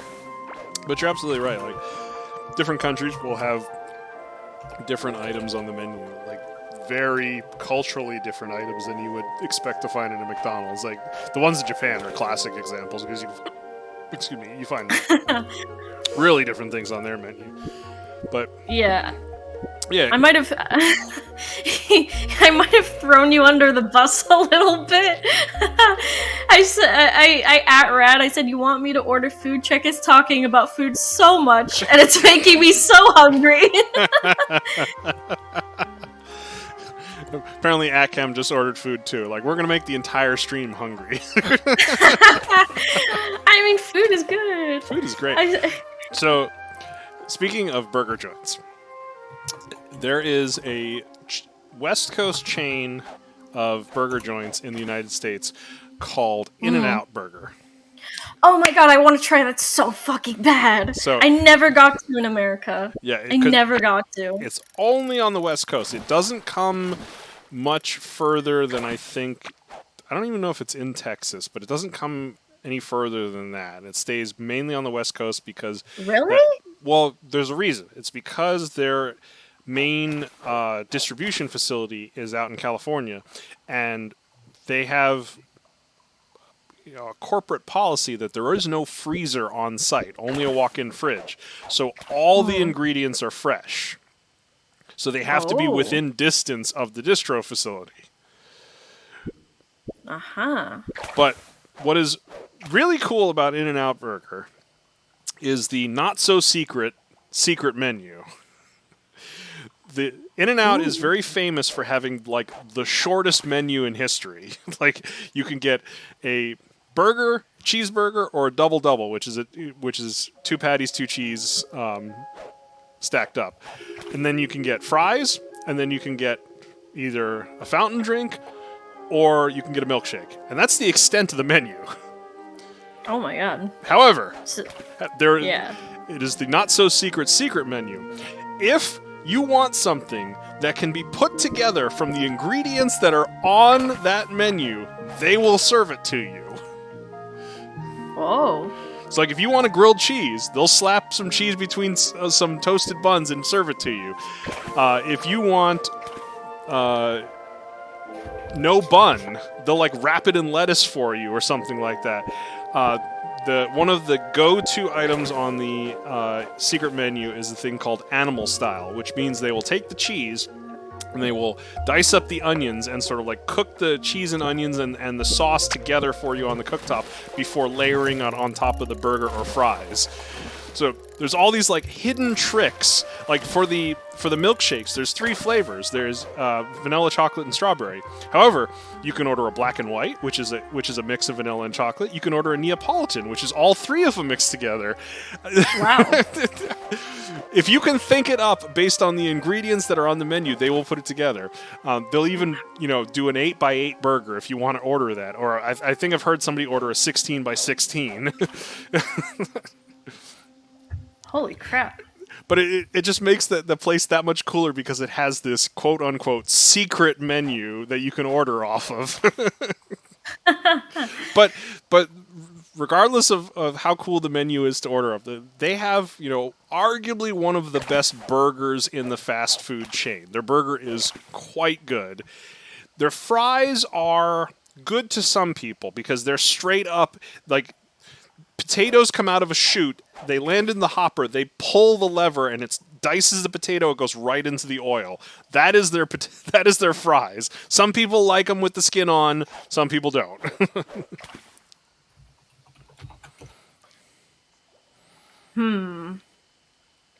But yeah, if you ever get the chance to basically go out California or something like that, In-N-Out is worth going. Or Vegas. Vegas is usually a nice spot for a lot of people to go. They have an In-N-Out in Vegas.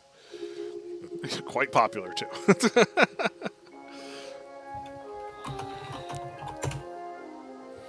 Oh my goodness gracious, my mouth's watering. Mouth watering. Now you want the food. Oh man. Yeah, In-N-Out is one of those great things. Like people like to compare them. There's another big chain in the States called Five Guys. People, I know Five Guys. I've been there. Five Guys is okay. Like it's a highly customizable burger because they have like so many different things you can throw on your burger, but it's okay. Their fries, the Cajun fries specifically, are quite good. They always give you extra fries. They call them bag fries. They like basically dump an extra thing so you have fries in the bag as well. But oh my god, it's personal taste, and I hold In-N-Out higher than I have Five Guys on my list, but they're still good. There's one fast food chain that's here that isn't in America. Mm-hmm. Because it's Swedish. It's called Max I've Burgers. heard about this place. Really? You've heard about it? I've heard about it, yeah. I don't know if it was you who talked about it before or some other Europeans that I do know have talked about this particular European chain. Yeah, it does not exist in the States. But it's really fucking good.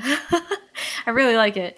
I think, like, if I could order it to my house, I would right now. But unfortunately, they don't deliver to where I live. Aw. But they are insanely good. They have fries that have like a special sauce and onions on top Yes. and cheese as well. Oh my god, it's so freaking good. It'll make you shit yourself, but it's so freaking So, good. yeah, that sounds like the animal style fries that In-N-Out have. The mixed cheese and onions and a sauce on top. Yeah. Yeah. Yeah. They also have something that's my favorite, which is I forget what they're called. They're like really, they're like nuggets, but they're not made with chicken. Instead, they have like mozzarella cheese inside Yeah. and some little jalapenos. Oh yeah. Jalapeno slices. Yeah, so it's like almost like a jalapeno popper. Yeah, it's really tasty. It's really, really freaking good. In the morning they have like little pancakes and stuff like that, and you know. That sounds good. It's pretty. That sounds really good. It is pretty damn good. Pretty damn good. So those things made me think of. We went to a birthday party for a friend of mine the other week. You're familiar with crab rangoons that you would get from a Chinese restaurant, right? Nope. Oh, okay. So basically, a fried wonton with crab and cream cheese inside. Ooh, that sounds really good. Yeah, delicious when made right. But I'm very particular about my crab rangoons, and if you go too sweet, they start to not taste good. They have to have like not too sweet. That's my criteria on one. But, what's that? Sneeze. Bless you. Thank you. It sounded like an explosion happened. It was. I was trying to cover my mouth. So instead of having crab rangoons at this party, they had jalapeno rangoons, which was the same fried wonton wrapper, but instead of there being crab inside, it was just cream cheese and diced jalapenos. It was delicious. Ooh. Ooh. But the pièce de résistance that he served at his party is this thing called an armadillo egg. It's a southern thing. An armadillo egg, depending on who's making it, but I'll describe how we're making it. You take a whole jalapeno and you stuff that with shredded cheese and cream cheese. You then wrap that jalapeno in sausage. You then wrap that sausage in bacon. And then you smoke it for typically about 4 hours. Damn. It is so delicious and so bad for you. Fair. Could you guys stop? I finished all my snacks. My food won't be here for 30 minutes. I'm so sorry. Jax is having the time of his life. I love talking food. Oh my gosh. Food brings awesome. people together more than almost anything.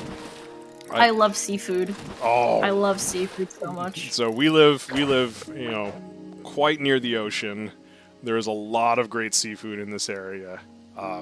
Absolutely adore seafood. I remember there's a lot of different seafood stuff that I tried when I was living in Florida, especially because my mom worked in like the restaurant business. So sometimes she'd just take me to where she was working and I'd get to order stuff there. I still remember this because this was the nicest thing I've ever seen people do, and it really warmed my heart. But for Christmas, she had taken me to this really exclusive place she was working at the time. Unfortunately, they closed down now because of COVID. COVID really screwed them over. But it was really, really freaking nice there. And I remember because I hadn't been to America for a while at that point, and in Europe, you could order a few different things, and it's like like an okay portion size, like a normal portion size. But I forgot that like here, America. yeah, everything's fucking huge. So when they gave me this thing of like homemade chips that they made, which was really fucking good. And when I got like crab cakes, they were also like the size of my fucking hand. So I was like, oh, this is quite large. Maybe I'll take some home. And then they brought the steak out, and I was like, this is the size of my fucking head. I don't think I can eat all of this.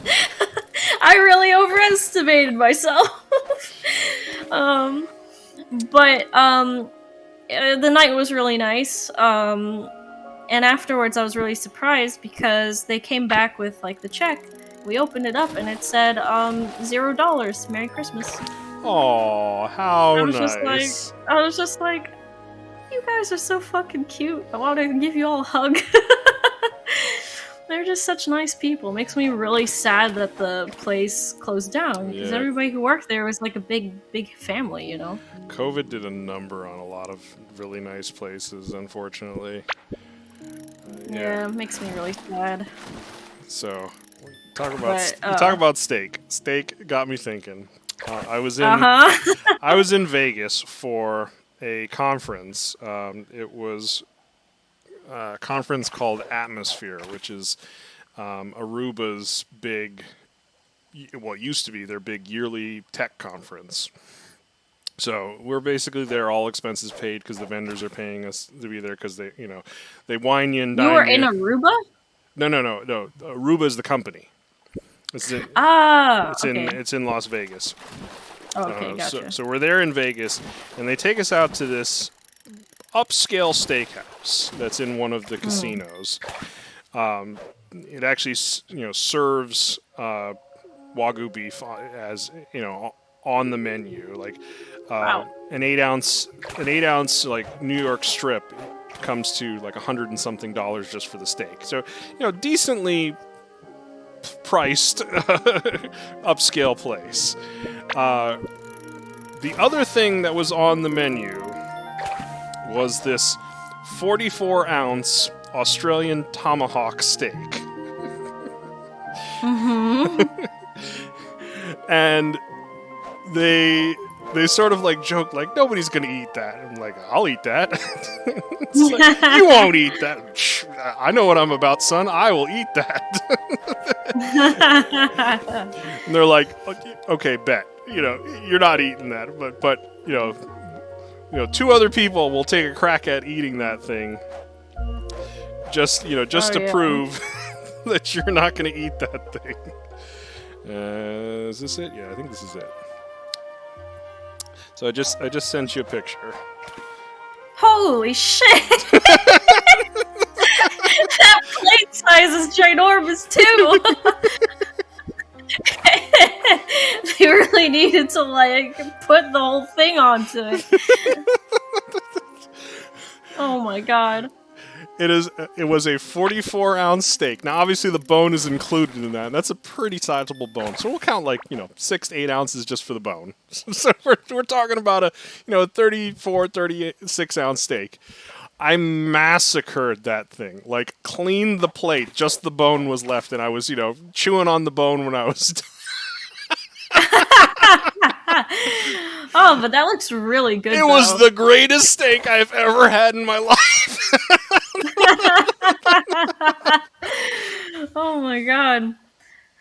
Oh, there's so many like interesting fish that I had when I was living in Florida too. I had mahi-mahi, which was really good. Oh, they want to see. All right, hold on. I guess I gotta share the steak. Hold on. How do I?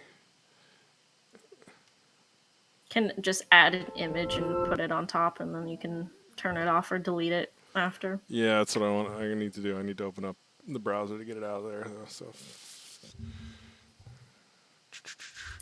File, Oh, man. save image as steak. Just stick. Steak. That's all we're saving that as. All right. But man, yeah, there's a lot of like interesting and really good foods. I feel like people need to like. I know that for many people, it's really scary to try new things, especially for those who might have like EDs and things like that, especially. Oh yeah. But like if you can, then try things that are new because you might find something that you really like. I miss Costco so fucking much. Costco. Oh my gosh. Oh my god, I remember as a kid, I would go there, I'd be so excited because we'd get like a big slice of pizza. It was so cheesy too. I love pizza with lots of cheese. There you go, fam. There's a steak. Oh yeah. Mm.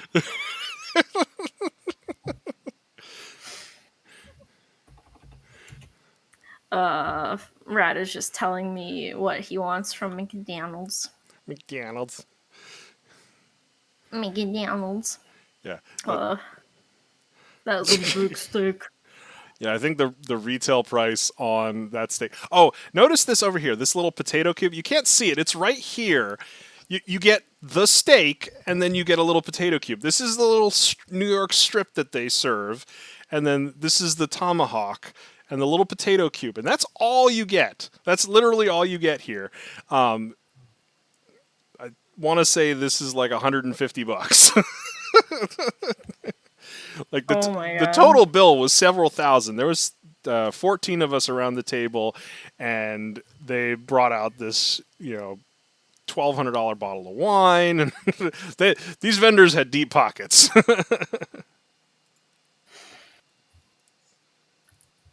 Oh my goodness gracious! There you go, steak.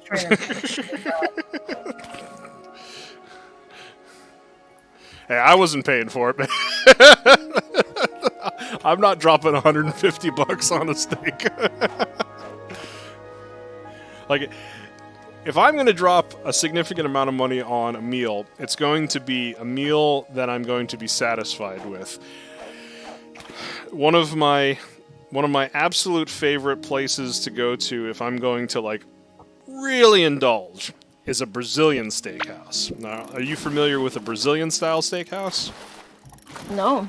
So a Brazilian-style steakhouse, or gaucho, as they're often referred to, is basically like a reverse buffet. Mm-hmm. What I mean by that is you go and sit at your table, and at your table you'll have a little puck, and that puck will have a red side and a green side. Mm-hmm. And when you're ready to eat, you flip over the green side, and there will be a parade of these waitstaff coming from the kitchen, and they're holding giant skewers of meat.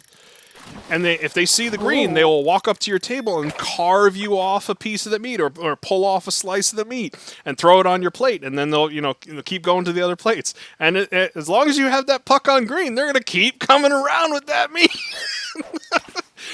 And it's normally like a buffet. It's all you can eat until you stop. So you go and you pay like $50 a head for this, pretty decent meat, but you're going to eat your fill. You're not going to go out of there going, man, I know I could eat more, but it was too expensive. No, you're going to waddle away from the table going, yep. Yep. I'm just getting my order in. Because Rad told me what he wants to order. Chicken nuggies. So, chicken nuggies? No, not for him. He wanted a McRoyal. What's a McRoyal? That's another thing you guys don't have, is it right? Is it like a quarter pounder with cheese, but you guys, because you're on the metric system, don't call it a quarter pounder with cheese, or? Yeah, I guess so. Yeah. Yeah, that one, that's quite common. Yeah, they rename it. That was a bit from, was it Pulp Fiction? Yeah, you know what they call a quarter pounder with cheese in France? The Royale with cheese, because they don't have, because they're on the metric system. Yeah. Big Macs have gotten smaller in America. Like, they've actually shown side by sides of a Big Mac from like the 90s to now, and they're actually smaller. I mean, that might be a good thing. It probably is, but the price is way more. Well, I mean, again, that is also a good thing. Maybe people will not eat as much. You know? The problem is, like, it's you know, price of everything has gone up. It's like, pick your poison here. I see. Like for example, let's for example, what is the cost of your McRoyal? Yeah, not a royal cheese, McRoyal. What is your cost of the sandwich by itself? The sandwich by itself. Hold on. Let me try to look. Let me just try to look here. Hold on. Trying to go back to it. I'm trying to find the normal McRoyal. The normal McRoyal is just by itself. How much is 17 or let's say almost 18 zloty? How much is that? $4.25. $4.25. About, okay. yeah, because you just divide by 4. Yeah, you know, we'll call it $4.35.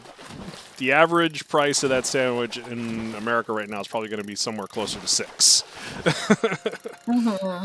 Yeah.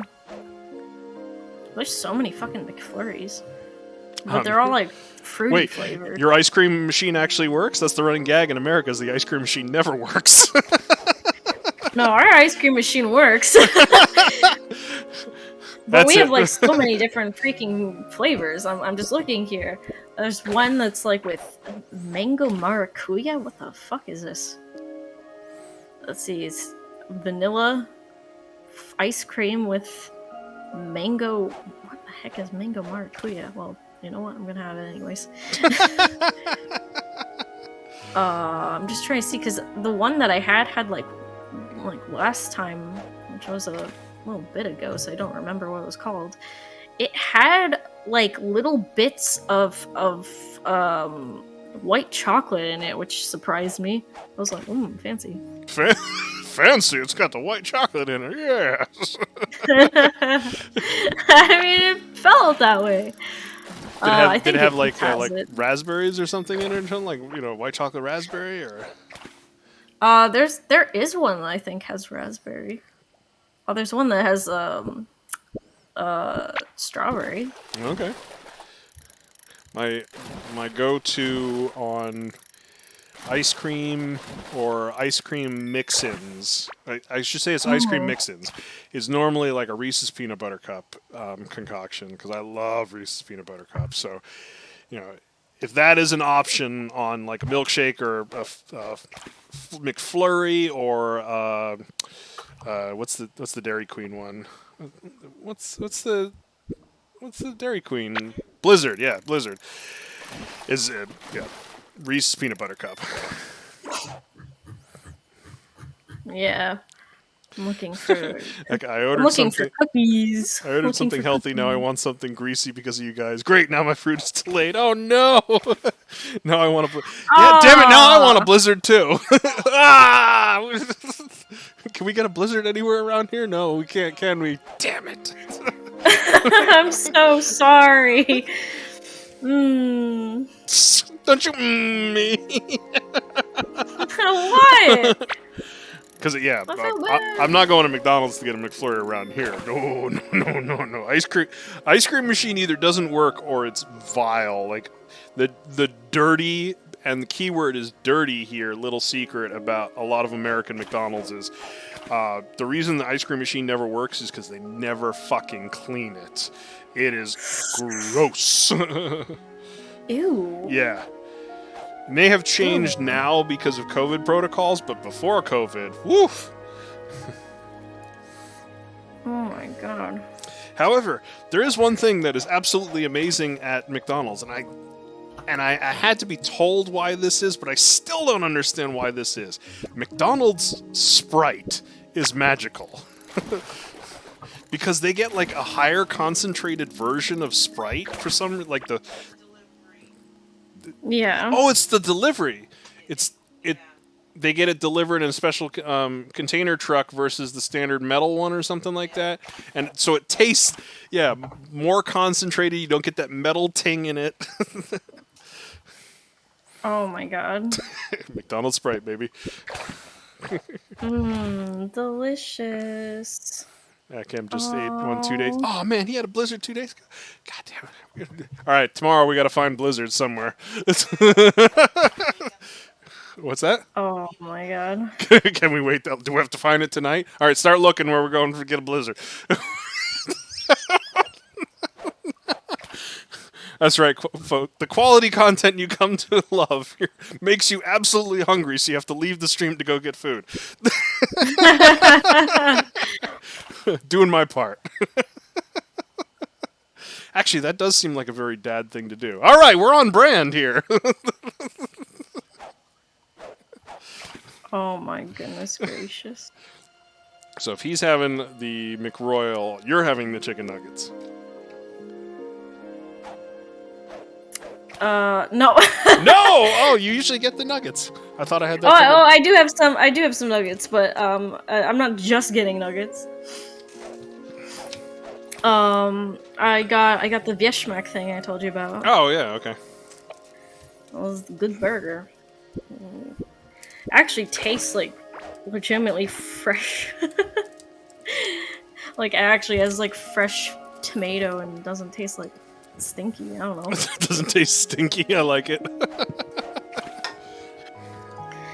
Can I just say that the difference between McDonald's in America compared to here is like day and night. Honestly. Oh, absolutely. 100%. So, some good friends of ours are Dutch, and they recently went to Holland and Germany and came back and had McDonald's in Holland. Mm-hmm. Exactly. Night and day compared to the States. Oh my god, yeah. It's just... When I was in America, anytime I'd order like a burger from McDonald's, I couldn't eat it because it would make me feel sick. I would feel nauseous. Yeah, that's... Yeah, McDonald's... I can have a full meal, so that should tell you something. McDonald's, like, the quality of food is so bad in most parts of America. I mean, there are some exceptions, but the quality of food is so bad here for McDonald's that it's sort of like the punching bag bottom of the rung, like you're desperate because they're open kind of food, versus like if there's some other fast food chain, you're like, no, that place is better. It doesn't even matter what it is. It's just like, that place is better. Just automatically it's better. Yeah. That's the sad part about it.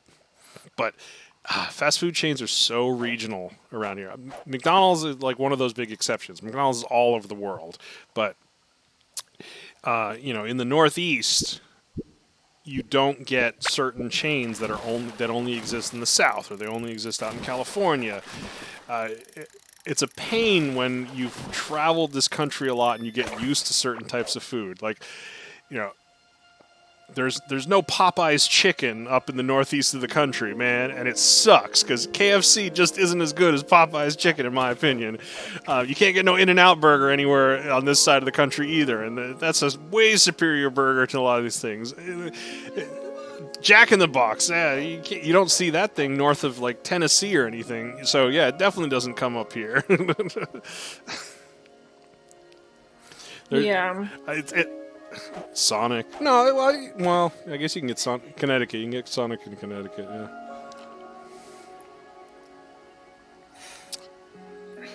Damn regional restaurants. How dare they? Be more like McDonald's. Be everywhere. Oh, yeah. I don't know if this is also just a thing here, but I want to ask, do you have a tzatziki McWrap? Tzatziki McWrap? No, that sounds like a Greek dish.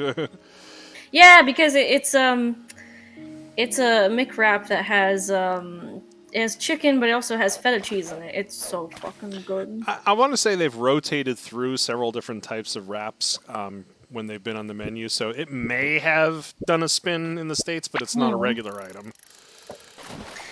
Ooh, I remembered right now like a burger that we have specifically here called a drwala.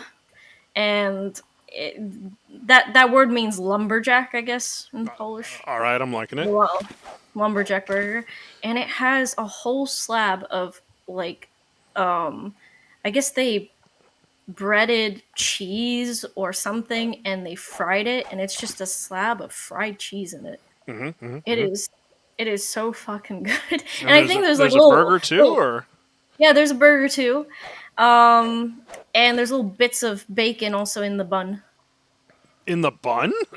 Yeah, in the bun. Oh, okay, that's interesting. Because yeah, it sounded like mozzarella sticks stacked on top of a burger, which I have seen served some places, not a McDonald's, but I've seen something similar to that. But yeah, bacon in the bun sounds interesting. I mean, how do you make anything better? You just add bacon. It was really good. The cheese just melts in your mouth with the burger. It's so good. They have mac and cheese bites here in some places, which is basically fried balls of mac and cheese.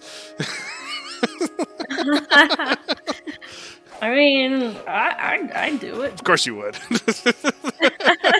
I really like cheese, okay? I like cheese.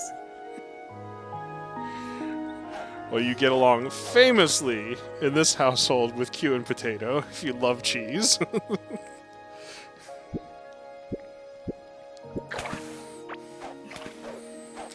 We do some funny things with cheese.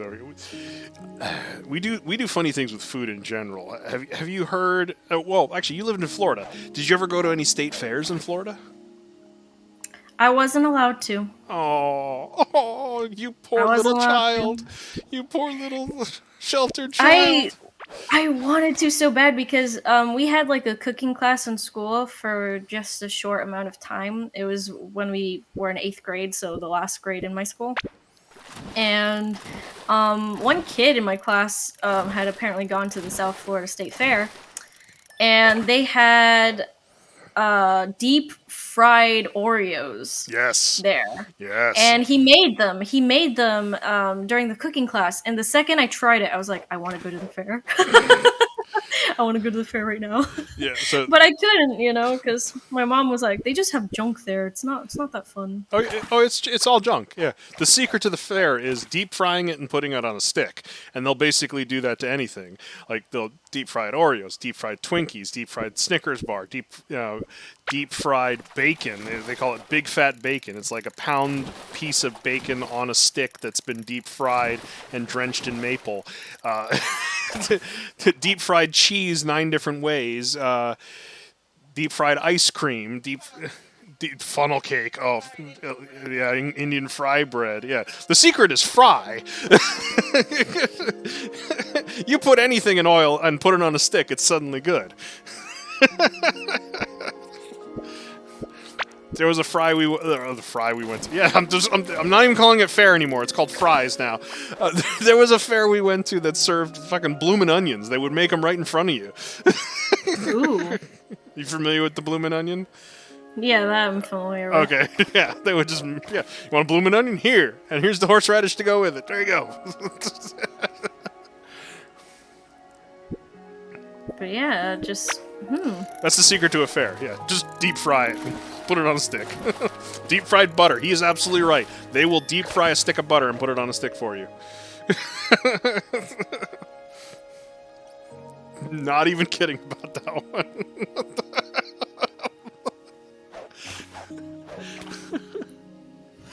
Oh my gosh. I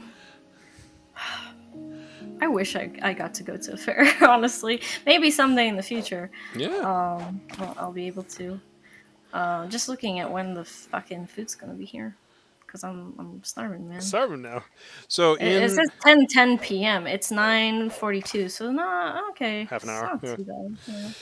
So in Poland, or this could be the surrounding countries, because while Poland is one of the bigger European countries, in the United States we've come to find out that you can drive 10 hours through the state of Texas and still be in the state of Texas. If you do that in Europe, you're almost on the next continent at this point. So do they have similar things to a state fair or a Renaissance festival or anything like that in your region? In Poland? In Poland, or maybe in a surrounding country that you could go to quite easily. Something like that. I'm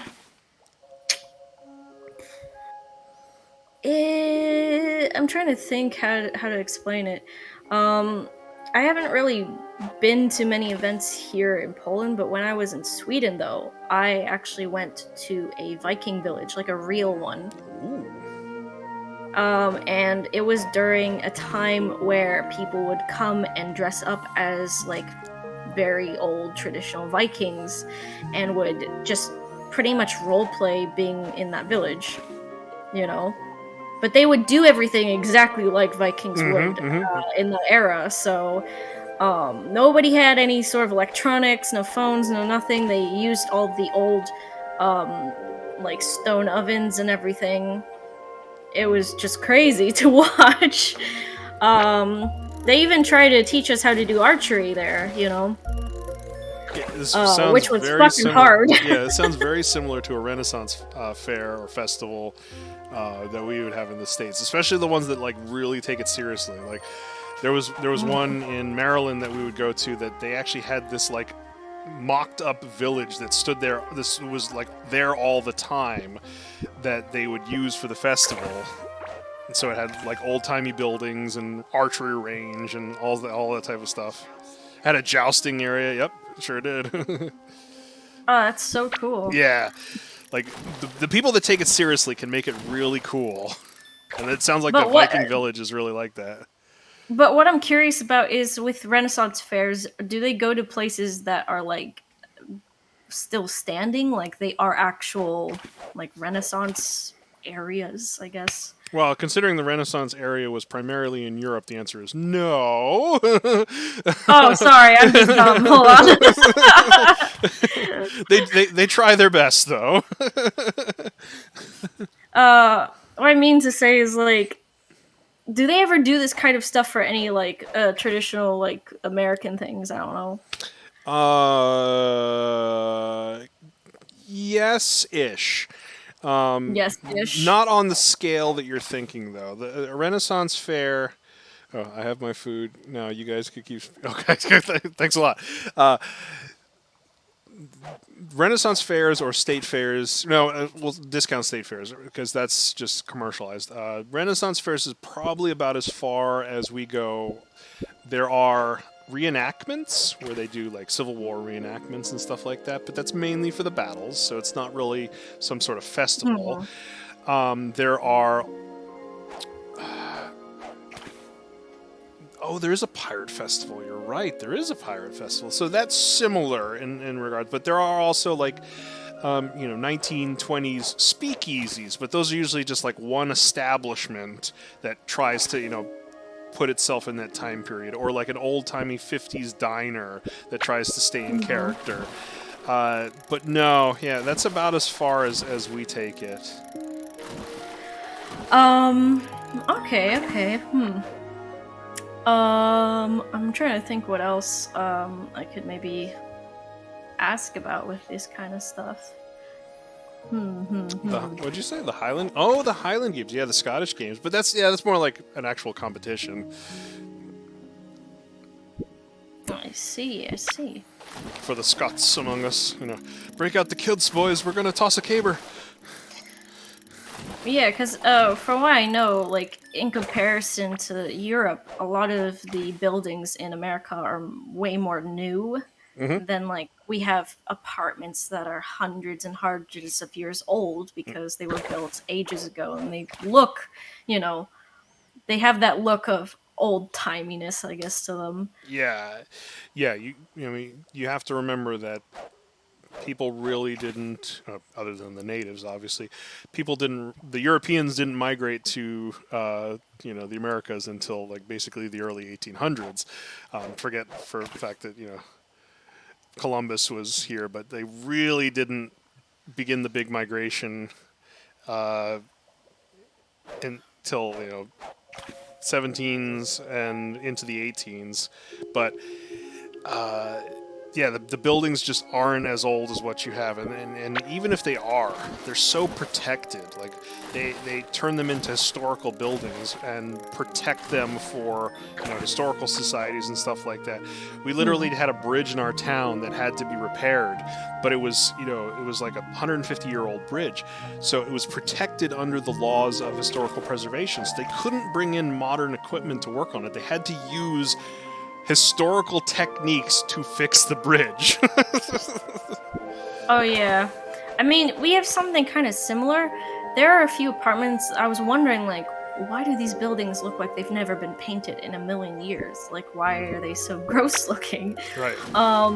And then I found out it's because they have bullet holes in them from the war. Yeah. So you're not allowed to touch them. You can't paint over them. You can't replace the walls because they are, like, historical. You're not allowed to touch them. That's it.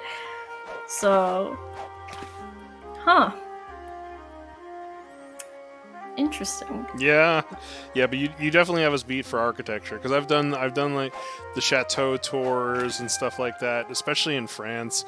Going to see the really classic architecture, Mont Saint Michel.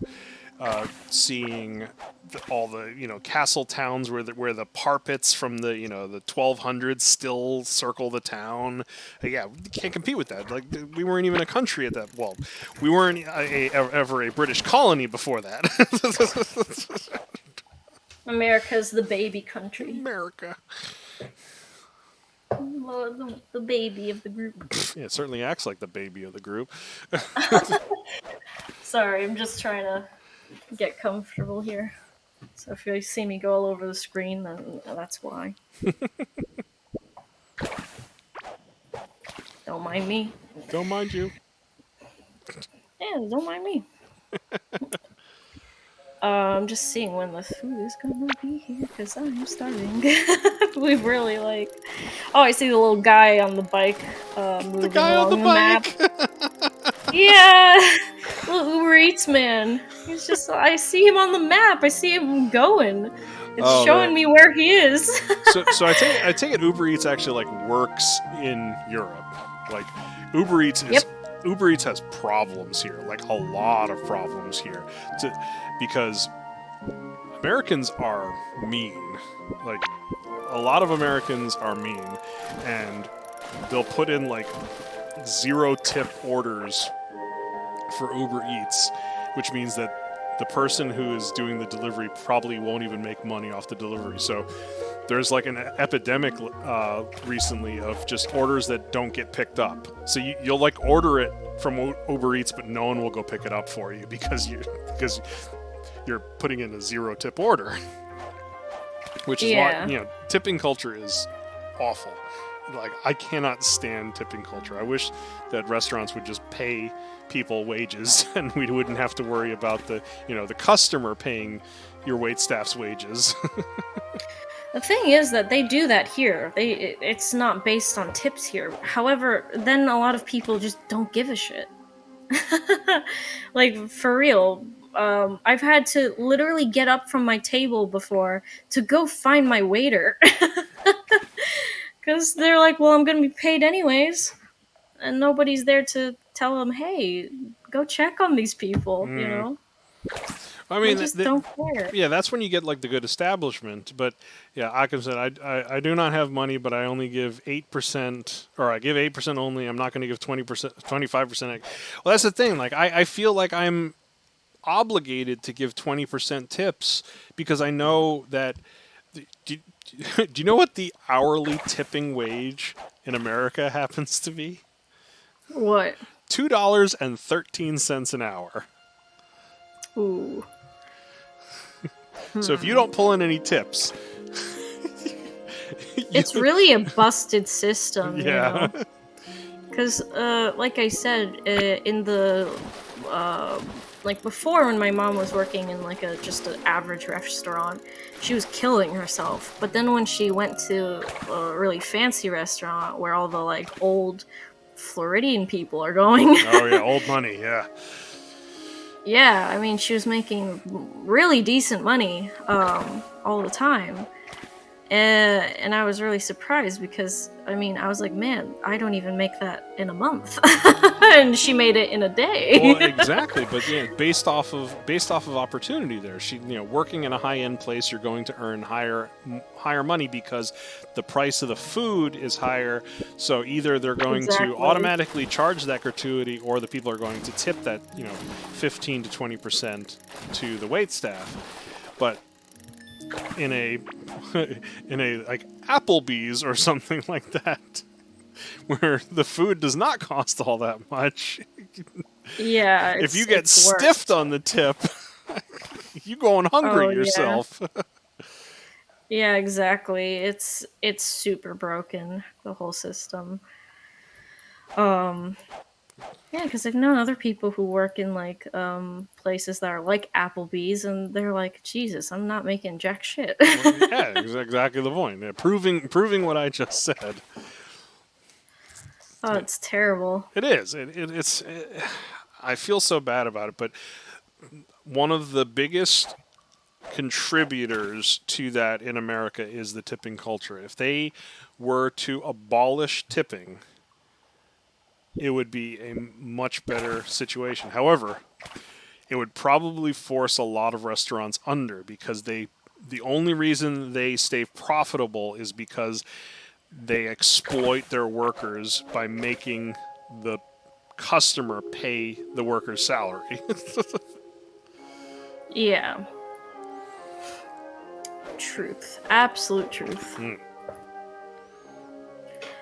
I'm trying to see if there's anything interesting I could talk about besides just food, because I could go on about food for hours. Well, I mean, you got 15 more minutes to kill before your food gets here, and we'll probably wrap it up like that. I have my tips of the day that I'm going to switch to my tips screen for before we sign off. But yeah, we can talk about food for another 10 or so minutes before yours gets here.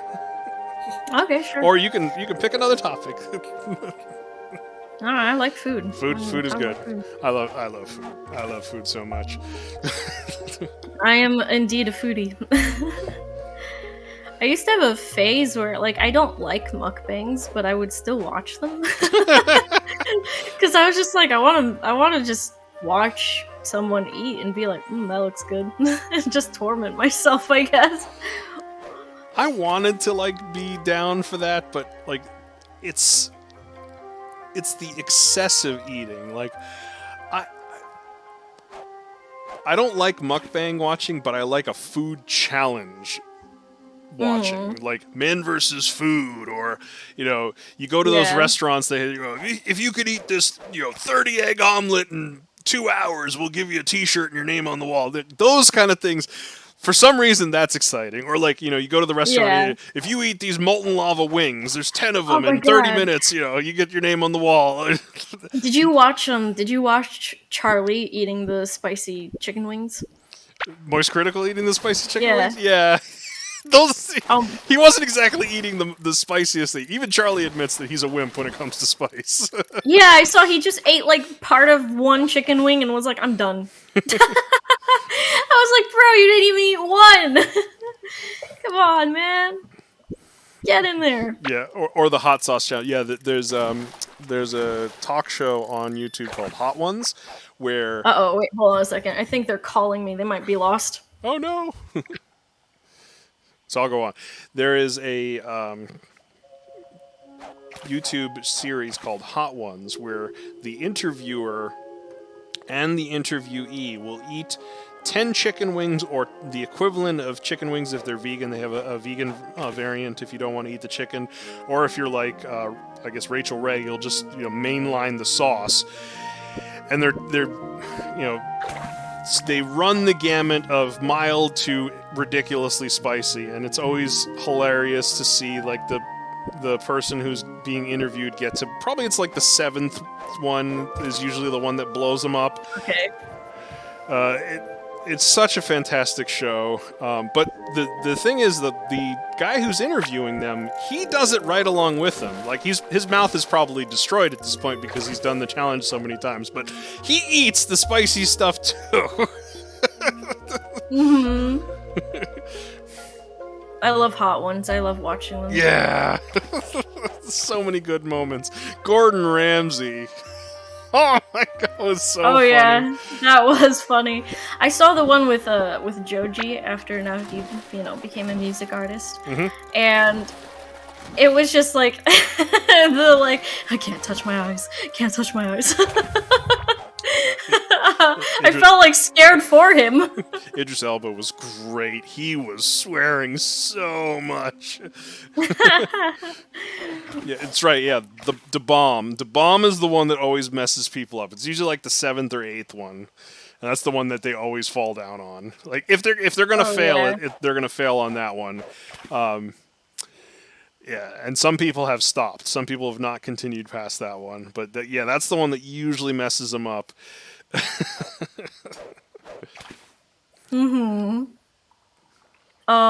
love that show so much. Also, yeah, the guy was lost too. Oh, he's calling me again. Where?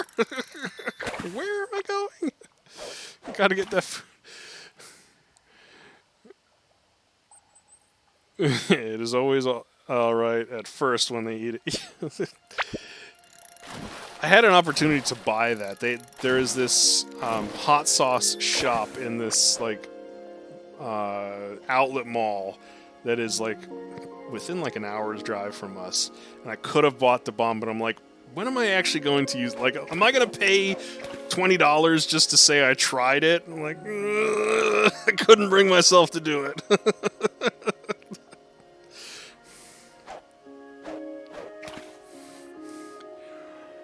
I like spicy things too, but I'm a realist.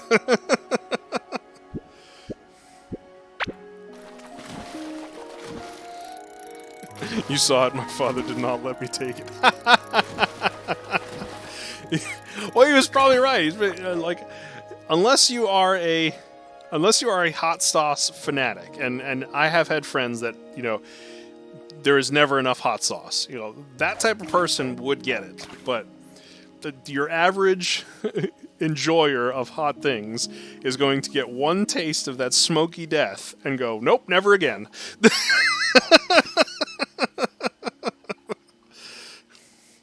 That's always the big complaint, is just like so smoky.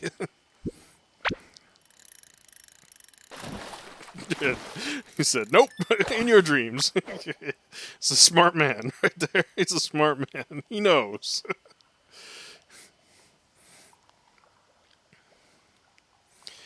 I would like some of their mid-range sauces that they've had on the show, especially the one that they put out themselves.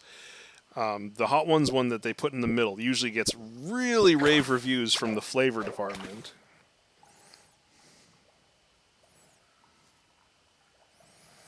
Your uncles are, but they won't try new stuff. Wow, that's just... won't try new stuff. What do they think is spicy then, if they're not trying new stuff? Like Frank's Red Hot? I got news for you. It's not exactly spicy.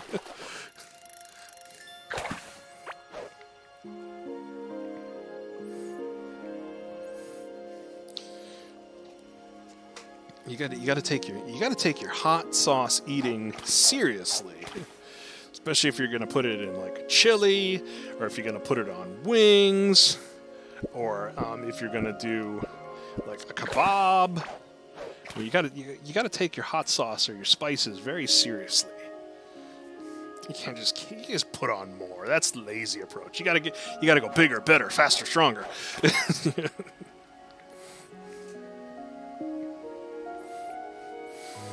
The bottle has to have, like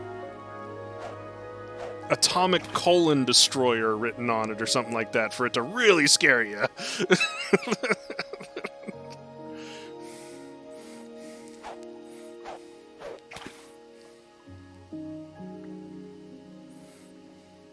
think I got their food. Now they need hot sauce to put on their food. See, that's the thing.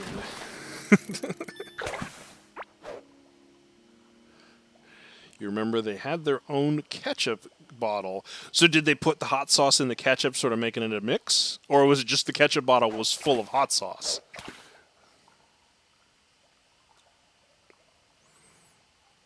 Because I've seen some, habanero ketchup or sriracha ketchup or something like that.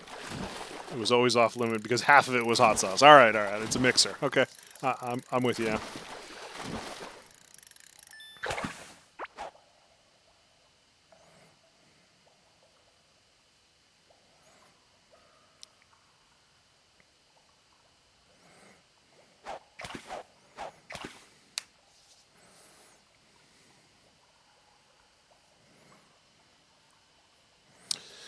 All right, we will just about wrap things up when Kite returns, just so Kite can say bye.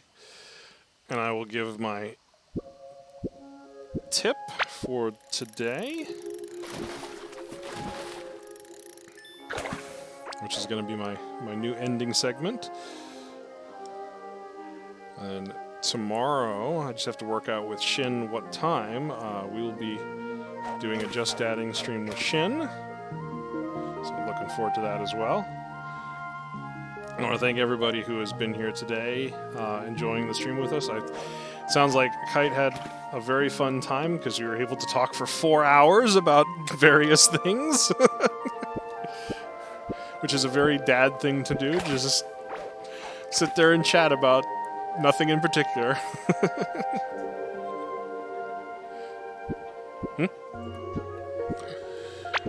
I have a fact that you did not know that you want, but you will surely regret knowing. Oh boy. Alright, hit me. Hit me with the fact.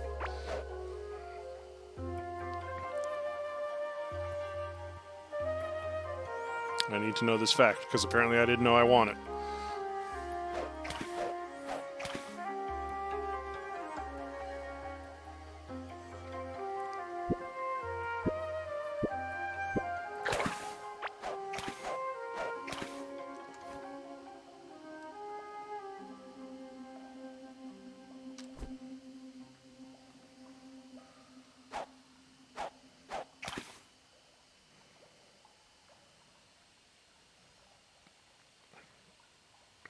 Must be a big fact. He's really typing. The anticipation.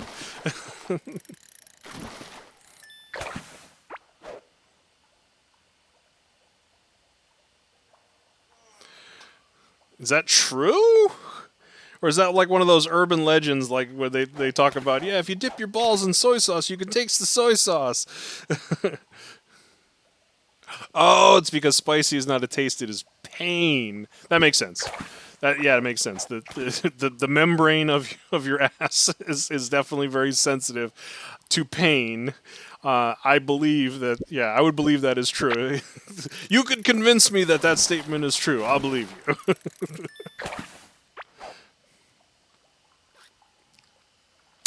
That one I'll get. All right. It's funny how that works. Yeah, you may like it going down, but you'll pay for it later. I'm sure most of us have suffered through a trip.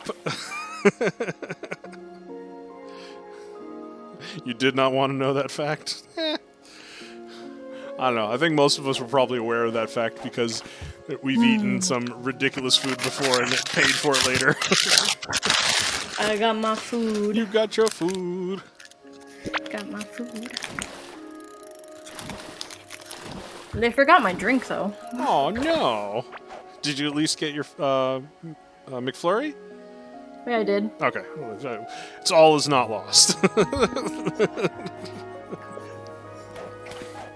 They remembered everything but that. I don't know why. Did you order the Sprite? No, I didn't order the Sprite. Let's see. They would have remembered if you ordered the Sprite. Fair. You're probably right. Probably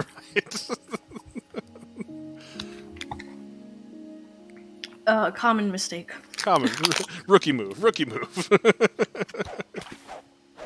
Anyways, what were you talking about? I was talking about tomorrow's stream with Shin, and I was saying that we would wait for you to come back so you could say your goodbyes before leaving, and then we talked about a interesting fact that you can taste spicy food in your asshole the same way you can taste it in your mouth, because spicy is not a taste, it is pain. And I agree with that, because I think we've all had something truly awful that hurt on the way out.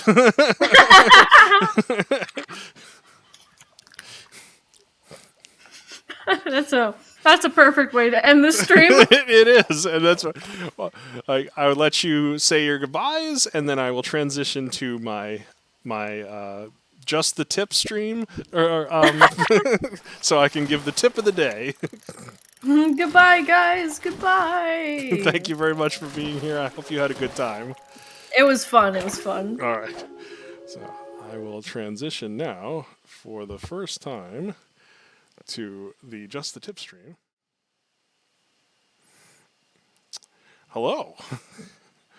We're going to do our tip of the day. And the tip of the day, if I can actually pull it up.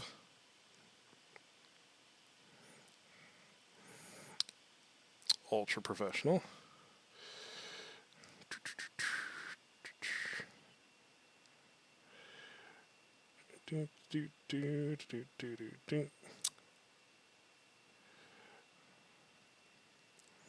So the tip of the day is going to be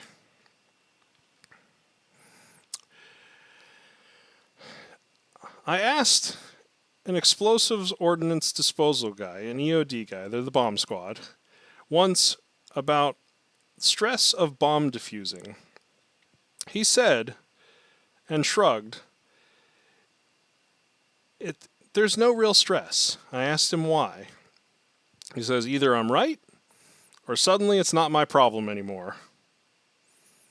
I like to try to stick to that perspective. Everybody have a good night. Just remember, I'm pulling for you. We're all in this together. Keep it real.